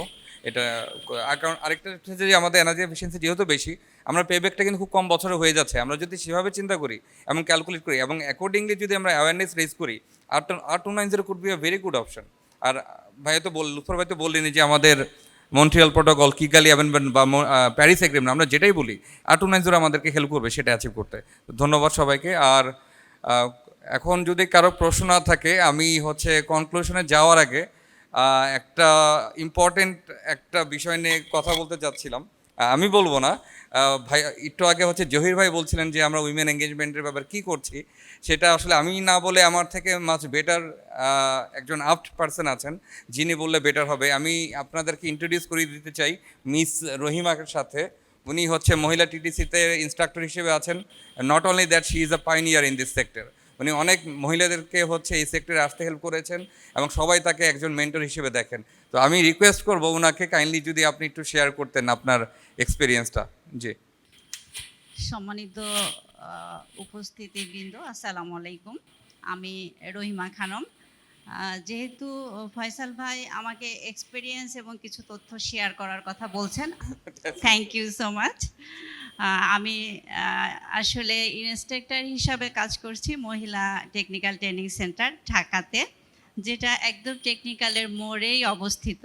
আপনাদের আরেকটু অবগতির জন্য জানাতে চাই যে বাংলাদেশে টেকনিক্যাল ট্রেনিং সেন্টার আছে মোট 104টা। 104টির মধ্যে মহিলা টেকনিক্যাল ট্রেনিং সেন্টার আছে মাত্র 6টি। তো এই 6টা টেকনিক্যাল ট্রেনিং সেন্টারে কোথাও refrigeration and air conditioning department ছিল না। জাস্ট গত বছর 2024 সালে মহিলা টেকনিক্যাল ট্রেনিং সেন্টারে আরএসি ডিপার্টমেন্ট চালু করা হয় এবং 24 সালে আমি জিআইজেড থেকে ট্রেনিং প্রাপ্ত হই এবং 290-র উপরে ট্রেনিং পাই। তো যেহেতু জন্য জিআইজেডকে ধন্যবাদ। এই তথ্যগুলা আমি যখন কাজ শুরু করি মেয়েদের নিয়ে, শুরু থেকেই তাদের মধ্যে ছড়িয়ে দেওয়ার চেষ্টা করি এবং কলিগদের মধ্যেও। তবে দুঃখজনক হলো সত্য যে মহিলা কলিগ আমার 104টা টিটিসির মধ্যে কেউ নাই। তবে পুরুষ কলিগদের মধ্যে আমি শেয়ার করার চেষ্টা করি। এবং জিআইজেড আমাদের বিশেষ করে ফিমেল ট্রেনিদের জন্য অনেক সহযোগিতার হাত বাড়িয়েছে। এর মধ্যে যদি খুব স্পেসিফিক বলতে চাই যে অ্যাজ এ ট্রেনার হিসাবে আমি ট্রেনিংয়ের সুযোগ পেয়েছি এবং টুলস ইকুইপমেন্ট ওনারা প্রোভাইড করেছেন আমাদের ট্রেনিদের জন্য এবং কিছু বাংলা ম্যানুয়ালও কিন্তু প্রোভাইড করেছেন, যেটা আমি ট্রেনিদের জন্য ইউজ করতে পারি এবং তাদের দিতে পারি। এটা ছিল, এজন্য আমি অবশ্যই গর্ববোধ করি। কিন্তু যতই পেয়ে যাই প্রত্যাশার জায়গা কিন্তু আমাদের রয়েই যায়। আমি আসলে ট্রেনিং যখন শুরু করলাম এবং মেয়েদের নিয়ে কাজ করতে যাই, 3 সংখ্যার মধ্যে আমি ঘোরাঘুরি করি। মানে 3 সংখ্যাটা আমার জন্য খুব চ্যালেঞ্জের সংখ্যা হয়ে গেছে। কেন? যে আমি ট্রেনিং করাতে আসছি, মাত্র 3 ব্যাচ আমি শেষ করছি এ পর্যন্ত, শুরু থেকে এ পর্যন্ত। এই 3 ব্যাচ থেকে যে মেয়েগুলা ট্রেনিং কমপ্লিট করছে, আমি দেখি যে এরা 3টা জায়গায় কাজ করার সুযোগ আছে বা করতে পারে। কোথায়? ইন্ডাস্ট্রি লেভেলে করতে পারে, সার্ভিস সেন্টারে করতে পারে, সেলসের জায়গায় করতে পারে। কিন্তু আমরা যে ফিডব্যাকটা পাই যে মেয়েরা আসতে চায় না এখানে। কেন? যে আমরা কোথায় চাকরি পাবো ম্যাডাম, আমরা ট্রেনিং করে চাকরি পায় না। তো আমি প্রত্যাশা করব যদি জিআইজেডের মাধ্যমে এবং জিআইজেডের সাথে ইন্ডাস্ট্রি সার্ভিস সেন্টার এবং শোরুম বা সেলস সেন্টার যেগুলো আছে এই জায়গাগুলো যদি মেয়েদের জন্য এগিয়ে আসেন তাহলে হয়তো আমি আরেকটু ভালোভাবে কাজ করতে পারবো। আরেকটা জায়গা আছে, এটা একটা গেল, দুইটা যদি বলি, 2 নম্বর সমস্যা যে আমাদের ইন্ডাস্ট্রির সাথে লিঙ্কেজটা খুব কম আমাদের ট্রেনিং সেন্টারগুলোতে। যে ইনফরমেশনগুলো আসে, যেমন একটা বদনাম আছে যে সরকারি ট্রেনিং সেন্টারগুলো বা বাংলাদেশ থেকে যারা পড়াশোনা করে ইন্ডাস্ট্রিতে যেয়ে দেখে যে আসলে ওরা কিছু পারে না, ওই টুলস ইকুইপমেন্টগুলো আসলে ওরা চেনেই না। তো সেক্ষেত্রে এই নতুন ইনফরমেশন, নতুন টেকনোলজিগুলো যদি আমাদের ট্রেনিং সেন্টারের সাথে শেয়ারিং হয়, যা সম্পর্ক বিল্ড আপ হয়, সেক্ষেত্রে আমরা ফিমেল ট্রেনিংয়ের ক্ষেত্রে আমি অ্যাজ এ ট্রেনার হিসেবে ভালো কাজ করতে পারবো। তো এখানে একটা গ্যাপ আমার আছে, আমার প্রত্যাশা থাকবে আমরা আরেকটু একসাথে যাতে কাজ করার সুযোগ পাই। 3 নাম্বার হচ্ছে যে আমরা যেহেতু সরকারি প্রতিষ্ঠান বা আমরা একটা কোর্স পরিচালনা করি, এখানে এনএসডি এর একটা গুরুত্বপূর্ণ ভূমিকা আছে, যেখানে জিআইজেডকে বলবো যে যেহেতু আমরা 290 নিয়ে কাজ করছি, তাহলে যদি এনএসডি এর কারিকুলামের মধ্যে বা স্ট্যান্ডার্ডের মধ্যে ইনক্লুড করা হয়, সেক্ষেত্রে বাংলাদেশে খুব সহজেই ছড়িয়ে যাবে, এখানে আর কারোর কোনো চিন্তা করার দরকার হবে না। কারণ অ্যাজ এ ট্রেনার হিসাবে আমি ট্রেনিং করছি, শুধু আমি বলছি, বাট আরও 2 জন যারা ট্রেনিং পায়নি তারা প্রোভাইড করতে পারছে না। তো এই 3টা জায়গায় আমি প্রবলেম ফেস করি। আশা করি ভবিষ্যতে জিআইজেডের মাধ্যমে আমরা এই সুবিধা পাবো। ধন্যবাদ ফয়সাল ভাইকে আমাকে সুযোগ দেওয়ার জন্য, ধন্যবাদ জিআইজেডকে, ধন্যবাদ উপস্থিতিবৃন্দকে। ধন্যবাদ ম্যাডাম, খুব চমৎকার বলছেন। কিন্তু গত একটা প্রোগ্রামে একসাথে ছিলেন আপনি, আমাদের আমি, নূর, এখানে সবাই ছিলাম, বোধহয় শেখর ভাই ছিলেন। স্পষ্ট করে আপনাকে বলেছিলাম আপনার প্রতিষ্ঠান থেকে মহিলা টেকনিশিয়ান আমাদের ফ্যাক্টরিতে আমাদের প্রতিষ্ঠানে পাঠান, আমরা নিব। এই পর্যন্ত কি কেউ নক করেনি, কিন্তু আপনি হোপলেস কেন হচ্ছেন আমি বুঝতে পারতেছি না। আমরা নিব, এখনও বলছি, এই যে আমার ডান পাশে আসে 3ও প্রতিষ্ঠান নিবে, আপনি পাঠান টেকনিশিয়ান, আমরা ট্রেন টেকনিশিয়ান পাঠান, আমরা নিব, যতজন পাঠাতে পারেন। Thank you. আমি আসলে হোপলেস এখনো হচ্ছি না, বরং দিন যাচ্ছে আর হোপ বাদই হচ্ছি। ধন্যবাদ। আমরা হচ্ছে আজকে অনেক ওপিনিয়ন শুনেছি, ফিডব্যাক নিয়েছি এবং আমাদের হোপফুল হওয়ার অনেক সুযোগ আছে। আমরা হচ্ছে আমি যদি জিআইজেডের ব্যাপারে বলি, আমরা হচ্ছে বাংলাদেশ গভর্নমেন্টের সাথে বাইলেটারাল এগ্রিমেন্টের আওতায় 72 থেকে কাজ করছি। গ্রেস নতুন 2 মাস হলো, বাট আমাদের 4টি মেজর আউটপুট আছে। হ্যাঁ, আমরা হচ্ছে রেগুলেটরি পলিসি নিয়ে কাজ করছি, আমরা মার্কেট ট্রান্সফরমেশন নিয়ে কাজ করছি, ক্যাপাসিটি বিল্ডিং নিয়ে কাজ করছি এবং সর্বোপরি আমরা অ্যাওয়ারনেস ক্যাম্পেইন, অ্যাওয়ারনেস রেজিং নিয়ে কাজ করছি। সো পলিসির আওতায় আমরা অলরেডি হচ্ছে বিভিন্ন স্টেক হোল্ডারের সাথে মিট করেছি এবং প্ল্যান আছে। আমরা হচ্ছে আমাদের এক্সিস্টিং যে পলিসি আছে, ফর এক্সাম্পল আমরা জানতে পেরেছি যে আমাদের যারা হচ্ছে টেকনিশিয়ান আছেন তাদের জন্য একটা কোড অফ প্র্যাকটিস আছে, কিন্তু সেটা ড্রাফট অবস্থায় আছে। এখন আমরা যখন কাজ করতে যাচ্ছি আসলে আমাদের একটা ফর্মাল ইনস্ট্রাকশন সেট দরকার হয়। সো ওটা নিয়ে আমরা কাজ করছি যেন সেটা একটা ফর্মাল রূপ পায়। এবং রহিমা আপা বলে গেলেন যে আমাদের এনএসডিএস সার্টিফিকেশনের ব্যাপারে, সো ওখানেও যেন আমাদের 290কেও ইনক্লুড করতে পারি, সেটা প্রবাবলি আমাদের জন্য একটা বেস্ট অপশন হবে এই কারিকুলামটাকে প্রলিফারেট করা অ্যাক্রস দ্য কান্ট্রি। একই সাথে হচ্ছে আমি অলরেডি বলেছি আমাদের যারা মেটেরিয়ালসগুলি আমরা অলরেডি ডিস্ট্রিবিউশনের ব্যবস্থা নিয়েছি। আমাদের প্ল্যান আছে আমরা অল অ্যাক্রস দ্য কান্ট্রি হচ্ছে অ্যাওয়ারনেস ক্যাম্পেইন করব, ট্রেনিংয়ের ব্যবস্থা করব এবং হচ্ছে অ্যাজ মাচ অ্যাজ পসিবল আমরা চেষ্টা করব হচ্ছে আমাদের রিচটাকে বাড়ানোর জন্য আমাদের লিমিটেড রিসোর্সের মধ্যে থেকে। এর জন্য আমরা বিভিন্ন স্টেক হোল্ডারের সাথে কোলাবোরেটও করব। আমরা হচ্ছে স্যার বলেছেন, শেখর স্যার বলেছেন পিডব্লিউডি, এনবিআর, ওনাদের সাথে আমাদের কাজ করার অনেক সুযোগ আছে।